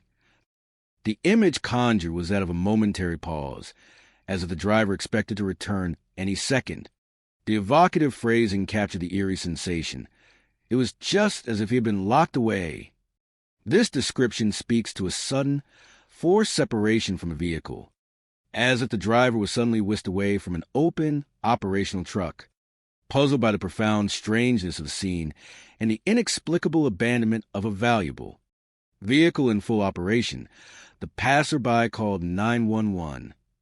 This initiated the official involvement of law enforcement, turning a mysterious roadside anomaly into a formal investigation. And when the uniformed deputies from the Maricopa County Sheriff's Office arrived on the scene, their initial reactions mirrored the citizens' bewilderment. And when deputies from the Maricopa County Sheriff's Office arrived on the scene, they were just as confused as he was. The scene defied conventional explanation, presenting a baffling paradox to trained eyes. The initial assessment of the abandoned truck scene by the Maricopa County Sheriff's Office deputies revealed a frustrating lack of the usual telltale signs of a crime, presenting a perplexing paradox that deepened the mystery. There's no blood. There's no weapons. There's no signs of foul play. This absence of overt violence, of any clear indication of a struggle or injury, was counterintuitive to the vehicle's suspicious abandonment, yet it meticulously noted in the police report, creating more questions than answers. The scene certainly did not appear to be the aftermath of a carjacking, an incident often characterized by forced entry, damage, or struggle. It didn't look like he had been carjacked. Furthermore, the presence of valuable items within the truck itself seemed to rule out a robbery as the primary motive, further confounding the investigators. There were valuable tools in the truck. The juxtaposition of an abandoned running vehicle with valuable contents and no visible signs of forced entry or violence created a highly unusual situation. A blank slate that challenged immediate interpretation. However, despite the lack of immediate forensic clues at the scene, running the truck's license plate through law enforcement databases quickly provided a couple of crucial, anchoring pieces of information, linking the vehicle to an individual already known to be missing. However, running the truck's license plate did provide a couple of crucial clues. The immediate result connected the vehicle to its registered owner and his residential address. The truck's owner, 31-year-old Paul Thompson, lived almost an hour away in Avondale, Arizona. This geographical distance was significant, indicating Paul was far from his usual routes and home when his vehicle was abandoned. And, critically, when the sheriff's deputies contacted Paul's wife, a formal step in identifying the owner, she provided a missing piece of the larger puzzle, corroborating Karen's earlier report. And when the sheriff's deputies contacted Paul's wife, 37-year-old Karen Thompson, she told them that Paul hadn't come home that night. This immediately linked the abandoned truck to Karen's missing person report, consolidating two seemingly separate events into a single, complex investigation. Karen's reaction to the news of the truck's discovery was reportedly one of distress, aligning with a concerned wife. Once the truck was found, even Karen was worried and upset because it was such a bizarre area for this truck to be. The remoteness of the location genuinely struck her as incongruous with Paul's known habits. There was, indeed, no good explanation as to why Paul would have been in such a remote desert area so far away from home, reinforcing the bewildering nature of his disappearance. However, since the deputies had found no signs of foul play at the scene itself, the official protocol for an abandoned vehicle without immediate criminal links was followed. With fateful consequences, the authorities turned the truck over to Karen and the family. This decision, based on preliminary assessment, would later prove to be a critical investigative error, sacrificing a potentially pristine crime scene for immediate expediency. With the recovery of the truck yielding no overt forensic clues and Paul remaining conspicuously absent, the situation was still officially categorized as a missing person case. Paul remained a missing person, and there was no other real evidence. However, the discovery of the truck, despite the frustrating lack of clear forensic detail, did provide Paul's anxious family with a tangible point of origin, a specific geographical area in which to begin their desperate search for the missing man. But the truck did provide Paul's family with a place to start searching for the missing man. This desperate effort mobilized Paul's family members, particularly his brother-in-law. Son Pete and his wife spent all day out in the desert where the truck was from, trying to find it. Their tireless efforts were fueled by a flickering hope, scanning the vast, unforgiving terrain for any sign, no matter how small. See if Paul was out there wandering around. The grim task involved meticulous ground searches, a physical and emotional toll on those who loved him. I just remember combing the desert for hours, looking for any sign of him, any evidence, hoping for something that would lead us in a direction to find him. Karen and her daughters also joined this frantic, community-wide effort, outwardly displaying a united front of concern and active participation, distributing flyers as a desperate plea for information. Karen and her daughters joined the search, too. They made flyers and stuff and put it up, and we were trying to work together. Their efforts involved arduous physical labor, walking long distances in the desert. We walked forever, walking to see, and if we can see them somewhere, passing out flyers at the houses. But despite almost a full 24 hours of this relentless, emotionally exhausting searching, hope began to wane under the harsh desert sun. But after almost 24 hours of frantic searching, there was no sign of Paul. Every avenue seemed to lead to an impasse. They were running into a dead end. This agonizing conclusion, the absence of any trace, subtly shifted the narrative from a search for a missing person to a foreboding expectation of a much darker discovery.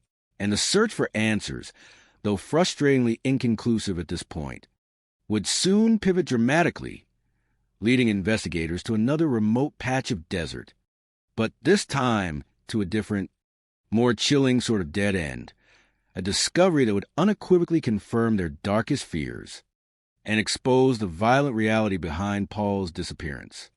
And the search for answers would soon lead investigators to another remote patch of desert and a different sort of dead end. The long, agonizing search for answers culminated in a grim discovery the very next morning, shifting the case from a baffling disappearance to an undeniable homicide.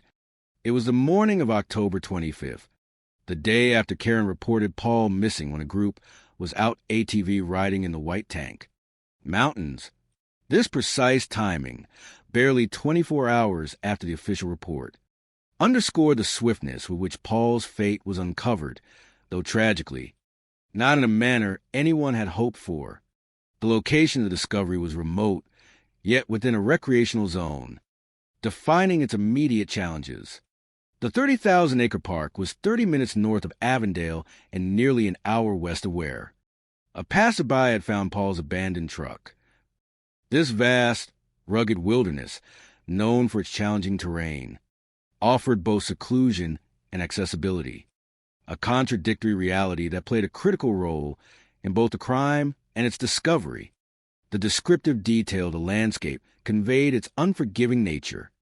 This really rocky desert was cactus, and you've got to be careful when you go in there. Navigating such an environment requires keen attention, yet in this instance, one of the riders encountered an unexpected, horrifying obstacle on their trail. Something far from a typical desert hazard. Although in this instance, one rider encountered an unexpected obstacle on the trail. The nature of this discovery was initially obscured by the rough terrain itself. highlighting the body's state of concealment. He didn't realize it until he rolled over it that there was a body there. This accidental, shocking encounter revealed the horrific truth. They discovered male remains that showed signs of extreme, multifaceted violence. They discovered a male that had been mutilated, shot, beat up, possibly stabbed.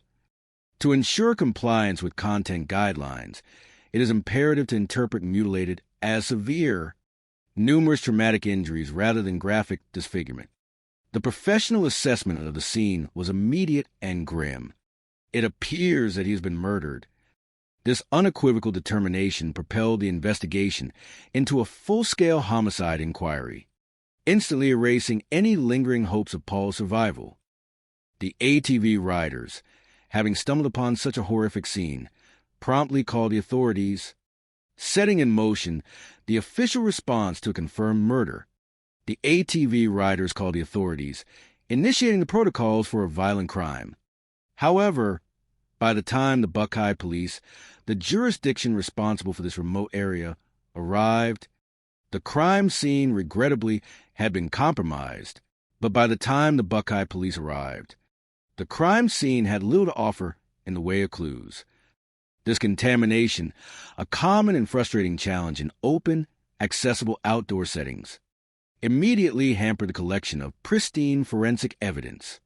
Detective Dave Owens, one of the responding officers, succinctly captured the devastating state of affairs. His superior's query conveyed the urgency of the moment. Detective Dave Owens, he had been out of the scene, and he came back, and I said, "What do we got out there?" His blunt, professional assessment painted a clear picture of the chaotic situation. And he said, "I've got a mess." This visceral phrase acknowledged the lack of easy answers and the profound difficulty presented by the scene. The reasons for this mess were manifold, stemming from the recreational nature of the site. There were ATV tracks, there were footprints. These crisscrossing impressions, left by countless recreational users, thoroughly obliterated any discrete, potentially valuable evidence left by the perpetrator. This was a heavily used recreational area, and any physical evidence that was left around the body had been largely destroyed. The environmental factors in human activity had unfortunately conspired to render the immediate vicinity of the body almost barren of clean, prosecutable clues. Further complicating the matter was a complete absence of any identifying documents on the victim. There was no wallet and no ID. He was just a John Doe.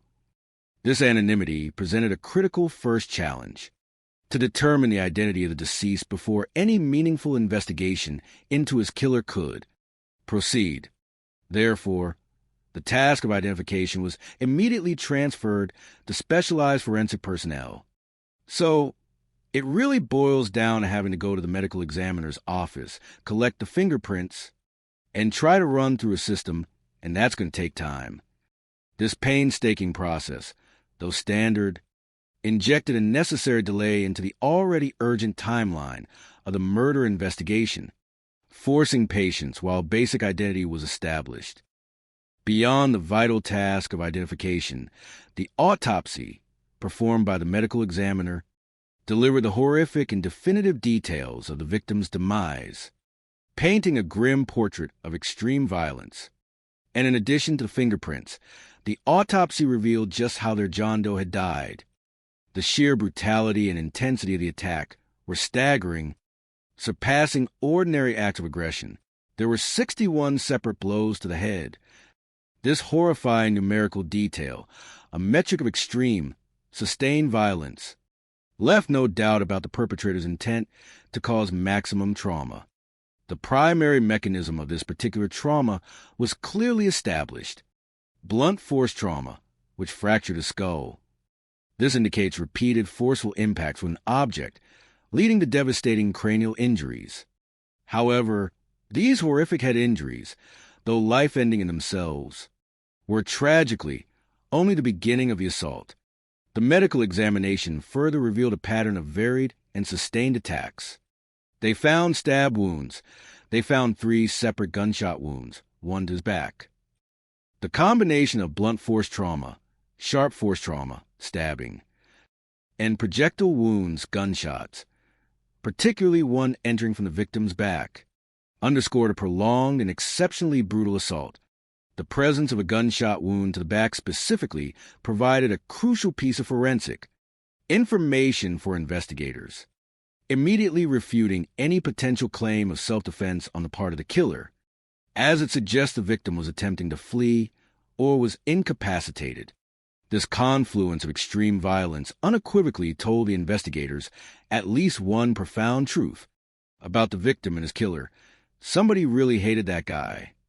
The sheer overkill, the ferocity and multiplicity of methods used, psychologically suggested a crime born not of mere opportunism, but of intense personal rage, hatred, or a desperate desire to ensure absolute finality, a visceral outpouring of malice far beyond what might be strictly necessary to end a life. But before delving into motives, the paramount question remained: who was he, though? The victim's anonymity still presented a formidable barrier to identifying a suspect. The dead man's fingerprints were, unfortunately, not in any existing system, neither civilian nor criminal, leaving no immediate electronic match. The dead man's fingerprints weren't in the system, making the identification process more arduous.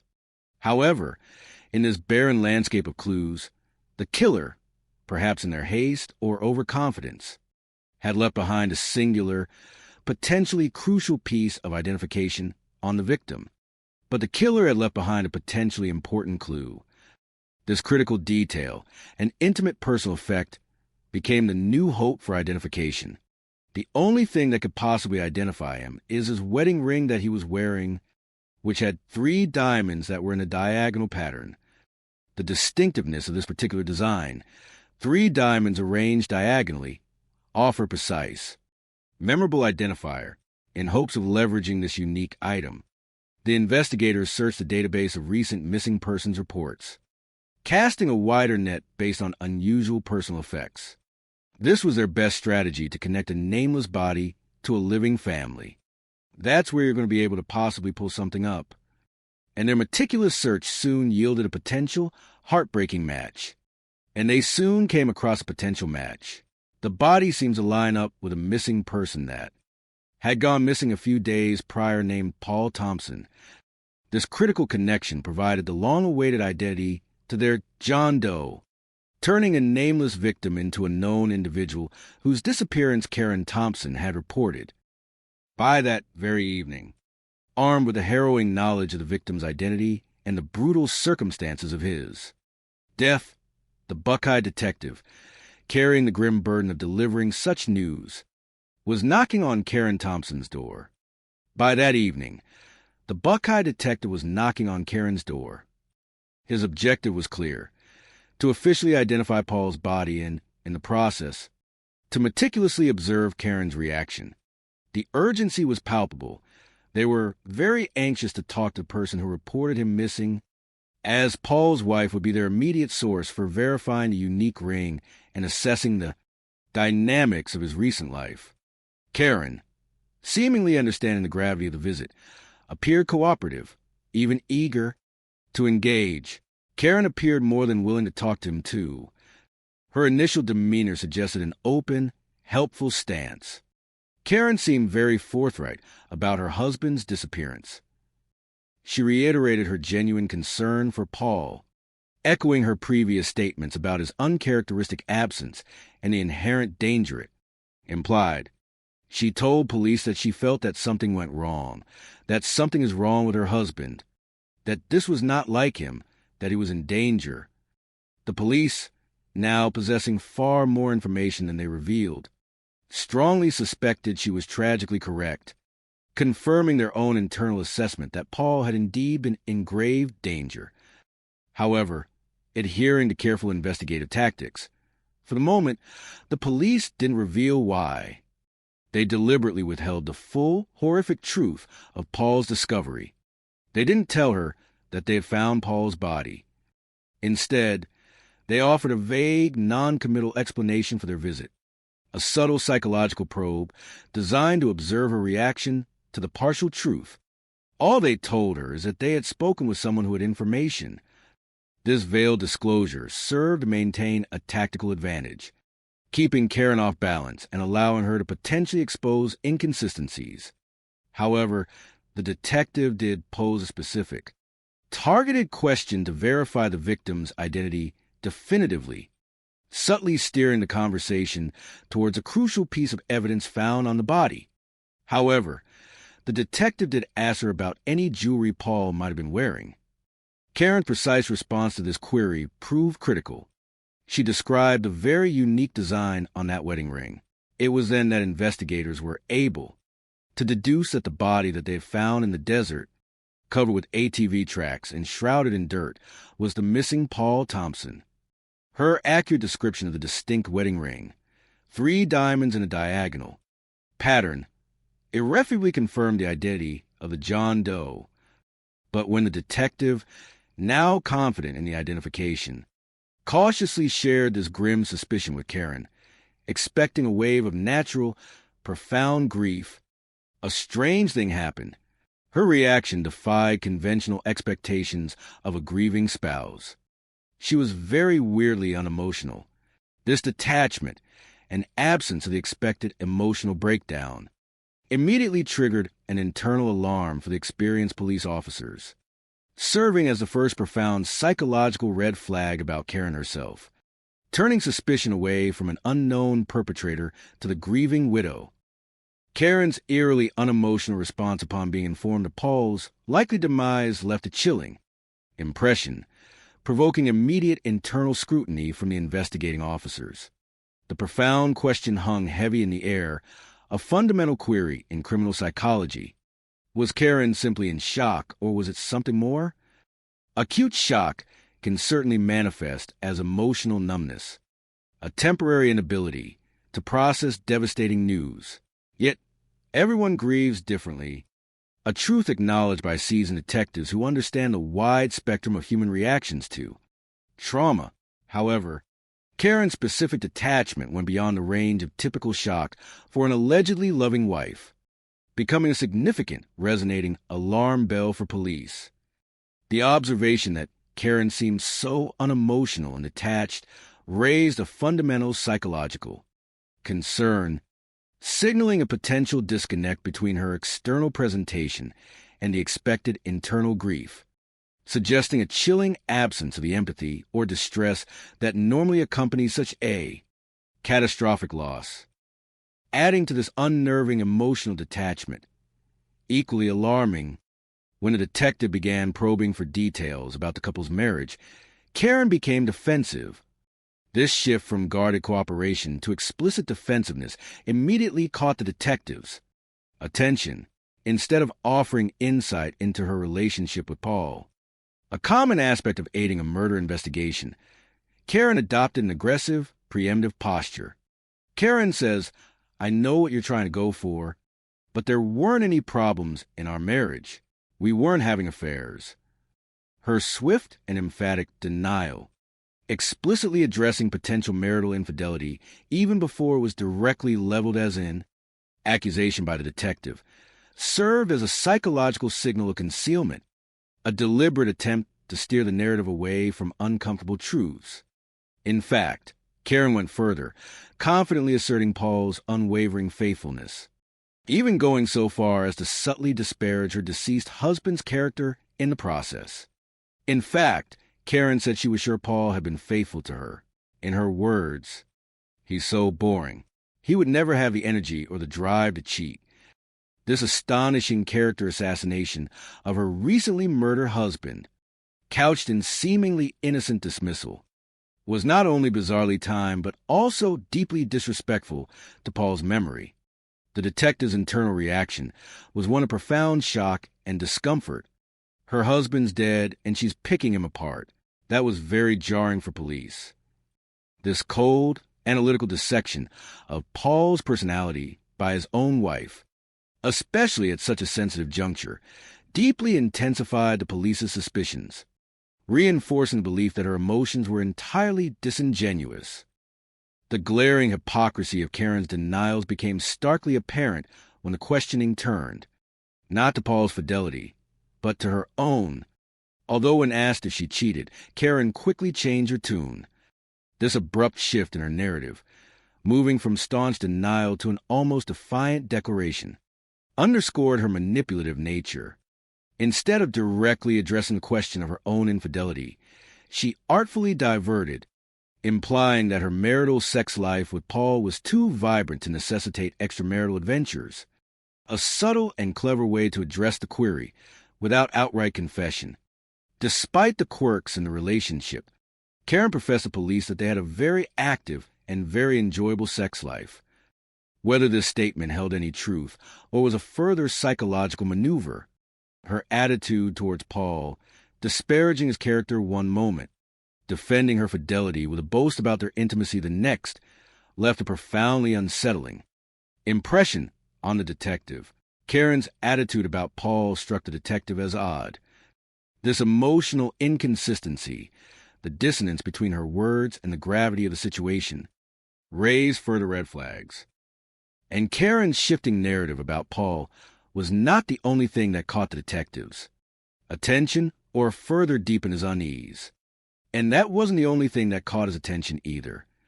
The questioning pivoted to Karen's own whereabouts during the critical time frame of Paul's disappearance, her alibi becoming a crucial component of the investigation.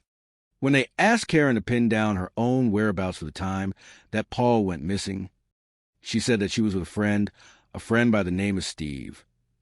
This introduction of Steve, an initially peripheral character, was a strategic move on Karen's part to provide a seemingly innocent alibi, a common tactic for establishing plausible deniability. Karen was adamant that he was just a friend, reiterating this point multiple times to emphasize the platonic nature of their relationship, a detail that would later prove to be another transparent fabrication. Her explanation for their meeting was crafted to appear entirely benevolent and innocuous. Karen tells police that they were, just socializing, that he was going through a divorce, and that she was just trying to be there for him as a friend. This portrayal positioned her as a compassionate confidant, a supportive friend, leveraging a common human experience to legitimize their evening together. To preempt any questions about Paul's awareness of this outing, Karen conveniently added, and she told the police that Paul had known all about it. This was a deliberate attempt to integrate her activity with Steve into an approved marital framework, asserting transparency within her relationship with Paul. She elaborated on their marital agreement, offering a seemingly benign justification for her independent actions on Tuesday evenings. Karen tells police that Tuesdays in their relationship were set aside for days that they just did their own thing. This alleged arrangement portrayed a marriage founded on mutual respect for individual autonomy. They respected each other's boundaries. They had time together, and they had time apart. Armed with this meticulously constructed narrative, Karen proceeded to offer her version of the events of the Tuesday evening, Paul's last night alive, carefully managing the information to present herself as an uninvolved, unsuspecting spouse. And while Karen said she wasn't sure what Paul had been up to the night before he disappeared, a convenient lack of knowledge that provided distance, she told the police that she hadn't suspected anything when she got home from dinner with Steve at around 10:30 that Tuesday night. The specific timestamp of her return was critical, placing her home after a seemingly innocent evening. Even upon her late return, the absence of Paul did not, she claimed, raise any alarms. Consistent with their alleged do their own thing Tuesdays. Paul hadn't come home yet. She wasn't terribly concerned. This feigned nonchalance, meant to imply a normal course of events, masked the deepening horror. She went to sleep and figured she'd hear him come in or would see him in the morning. This casual assumption of Paul's return was a deliberate performance, designed to minimize any perceived concern or active involvement in his fate. Of course, the stark reality contradicted her carefully crafted story. Of course, Paul hadn't come home, and the police believe his body had just been found, making her feigned lack of concern chillingly significant. Her narrative, therefore, became riddled with profound inconsistencies that intensified police suspicion, pushing them to question every aspect of her account, which left them wondering, Was Karen telling the truth? Was the mysterious Steve really just a friend? And what, if anything, did he know about Paul's disappearance? These pressing questions pivoted the investigation, turning Steve from a mere alibi figure into a potentially critical witness. Or perhaps an accomplice, someone who might hold the key to unraveling Karen's web of deceit. The fate of Steve Richmond, the nature of his relationship with Karen, and his knowledge of Paul's disappearance suddenly became paramount. The narrative paused again, building anticipation for the impending confrontation and further revelations that would strip away Karen's carefully constructed deceptions. The phrase coming up signaled a dramatic escalation, an imminent turning point in the complex investigation. The investigators tried to track down Karen's friend.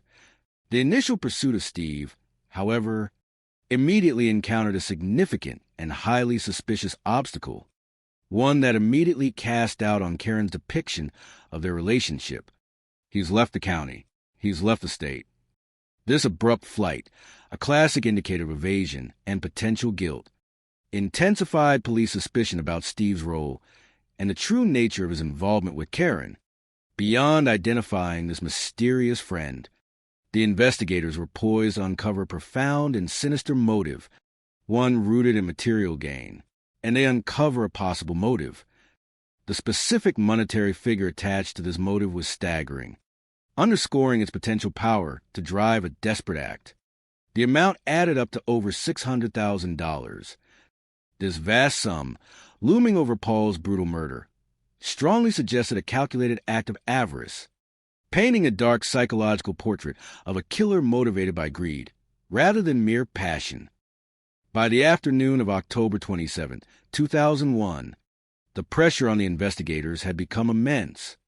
It had been almost 72 hours since 37-year-old Karen Thompson had reported her husband Paul missing, and for every minute that passed, the chances of finding Paul alive diminished drastically, if not disappeared entirely. Karen and her daughters had outwardly engaged in a desperate, visible search effort, tirelessly combing potential locations. Her and the girls, they'd been out looking at all the places they thought he might go to, and they'd be able to find him, or his vehicle, either one. This was a show of communal worry, though tinged with underlying psychological manipulation, and, of course, the definitive absence from professional responsibilities further solidified the grave certainty that Paul's disappearance was far from voluntary, and then he hadn't shown up for work. Adding to profound urgency, it had been almost 48 hours since Paul's dead body had been found, confirming the worst fears.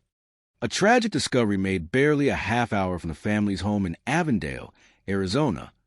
The immediacy and proximity of the crime to their ostensible place of happiness, coupled with the brutality of the act itself, was chilling. The sheer ferocity of the attack, as revealed by the medical examiner, pointed strongly to a deeply personal motive. The number of injuries that Paul sustained and the way that they were inflicted suggests somebody had a score to settle with. This phrase implies an intense, visceral hatred or profound emotional connection between victim and perpetrator, transcending mere instrumental violence for robbery or simple disposal. The overkill, the multiplicity and savagery of wounds were a psychological signature of rage, leaving investigators to ponder the agonizing question, but who might have a score to settle with Paul? After the initial, deeply unsettling interview with Karen Thompson, the lead detective harbored serious suspicions, relying on a seasoned investigator's intuition for detecting inconsistencies and subtle deceptions. After questioning Karen, the lead detective had his suspicions. There was an inexplicable dissonance in her demeanor, a lack of congruence between her words and the gravity of the situation that spoke volumes. There's something about her. The detective's gut feeling told him that her story, her presentation of grief, her entire narrative of innocence, simply wasn't right. He said just things aren't adding up. This vague but powerful intuition propelled him to look deeper, specifically at the man Karen had identified as her companion on the night Paul vanished. The prime focus of the suspicion immediately gravitated towards the man she'd been having dinner with the night her husband disappeared. This individual, 35-year-old Steve Richmond, had been introduced by Karen as a mere friend, but the detective's instinct suggested otherwise. Police were trying to determine what kind of relationship Karen had with Steve. This wasn't merely a check on an alibi. It was an exploration of a potential clandestine connection, an investigation into the psychological depths of their liaison. And when the investigators attempted to locate Steve for an interview, his conspicuous absence immediately deepened their suspicions, turning a casual inquiry into a high-stakes manhunt. And when the investigators went looking for Steve, they soon had even more reason to be suspicious of Karen's friend. His immediate, untraceable flight from the area was a glaring red flag. They can't find him anywhere. He's left the county. He's left the state. This abrupt departure, rather than cooperating with police, pointed directly to culpability or at least a desperate attempt to evade scrutiny. Steve's sudden disappearance intensified the critical questions surrounding his role and the true nature of his involvement with Karen. Was Steve on the run? This implied a fear of legal repercussions, suggesting knowledge or complicity in a serious crime. The investigative focus honed in on the real dynamic between Karen and Steve, probing beyond her platonic assertions. Was there more going on between him and Karen than she'd let on? The blatant deception about their relationship now seemed chillingly significant, and most gravely, and might it have something to do with her husband's death?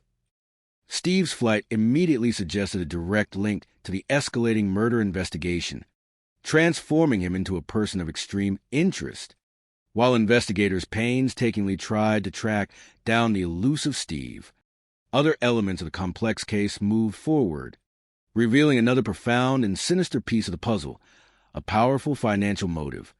While the investigators were trying to track Steve down, they did a little digging into Karen's financials and found some information that suggested they might be on the right track. This detailed scrutiny of financial records often uncovers the most insidious motivations for white-collar crime and, tragically, for murder. The discovery was shocking in its implications. Just prior to Paul's death, Karen had taken out 2 life insurance policies on him. The timing of these policies, immediately preceding his murder, could hardly be dismissed as mere coincidence. Police had meticulously calculated the payout. Police had also determined that amount added up to over $600,000. This vast sum, a life-changing amount of money, suddenly presented itself as a clear, compelling psychological driver for crime. The rhetorical questions posed by the narrative underscored the almost irrefutable conclusion. Was it merely a coincidence that Karen stood to make more than $500,000 off her husband's death, or was it a motive for murder? The sheer magnitude of the financial gain, combined with the suspicious timing, overwhelmingly pointed towards a cold, calculated act of avarice, solidifying the motive, adding a poignant layer of corroboration and deep emotional insight to the burgeoning case against Karen. The investigators discreetly checked in with Paul's co-workers.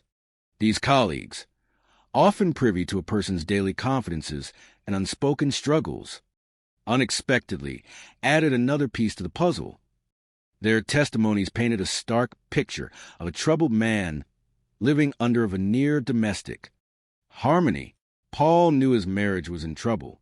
He had confided that to friends, and he believed that his wife was having an affair. This crucial revelation directly contradicted Karen's vehement denials of marital problems and fidelity issues, utterly dismantling her carefully constructed facade of perfect, untroubled union. Paul's belief in Karen's infidelity added a potent emotional component to the impending tragedy, highlighting the internal strife he quietly endured. However, that wasn't all Paul's co-workers revealed. They uncovered something far more sinister and terrifying, hints of a prior, insidious attempt on Paul's life.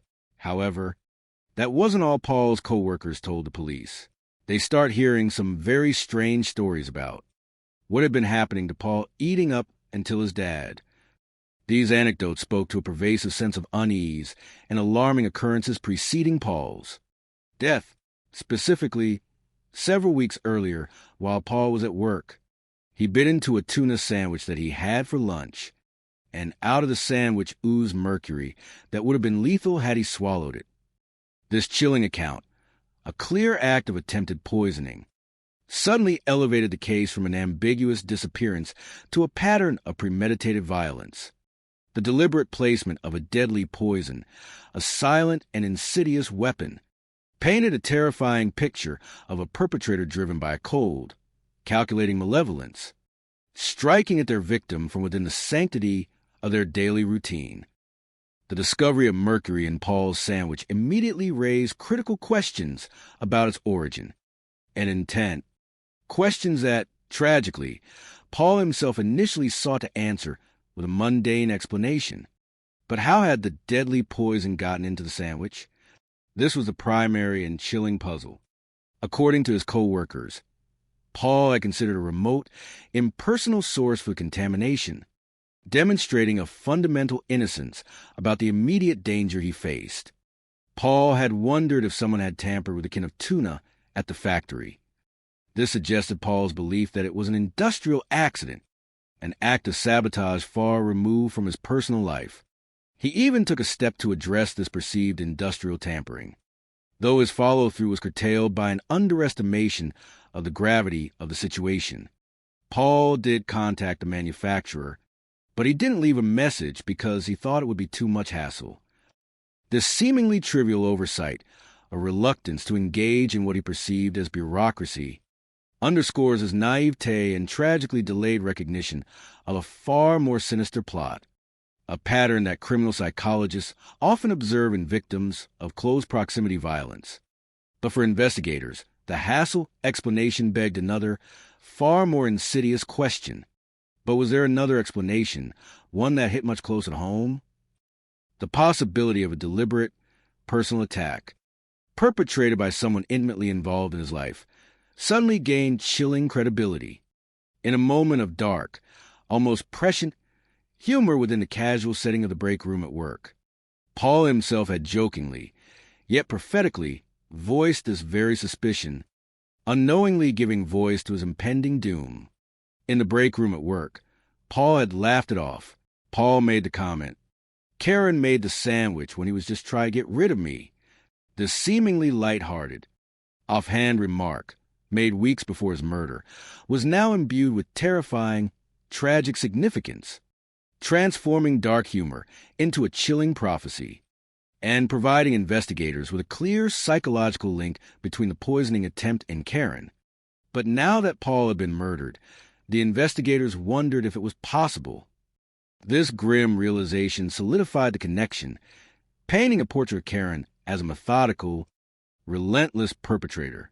Armed with this devastating combination of information, the confirmed affair, the lucrative life insurance policies, the pattern of marital discord, the prior, chilling attempt on Paul's life using mercury, and Karen's blatant lies and suspicious behavior, the investigators knew it was time to move beyond indirect inquiries and veiled accusations. It was time for a direct confrontation, a forceful unraveling of her carefully constructed web of deceit. Armed with information about Paul nearly being poisoned with mercury and Karen with another man, it was time to sit her down, confront her with some facts, and get some real answers. The clock had run out on Karen's attempts at deception. The day of direct confrontation arrived with palpable tension for Karen Thompson. It was Monday, October 29th, just days after Paul's body had been discovered. A mere fraction of time since her earlier, supposedly frantic report.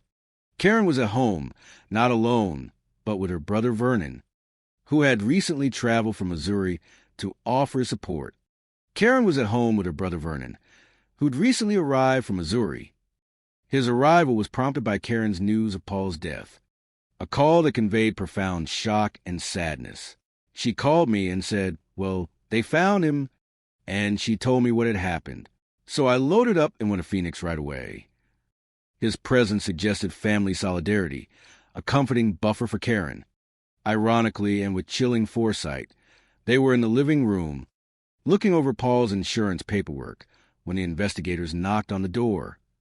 This detail immediately linked Karen to the powerful financial motive investigators had recently uncovered, creating an uncomfortable visual juxtaposition with the gravity of the impending confrontation.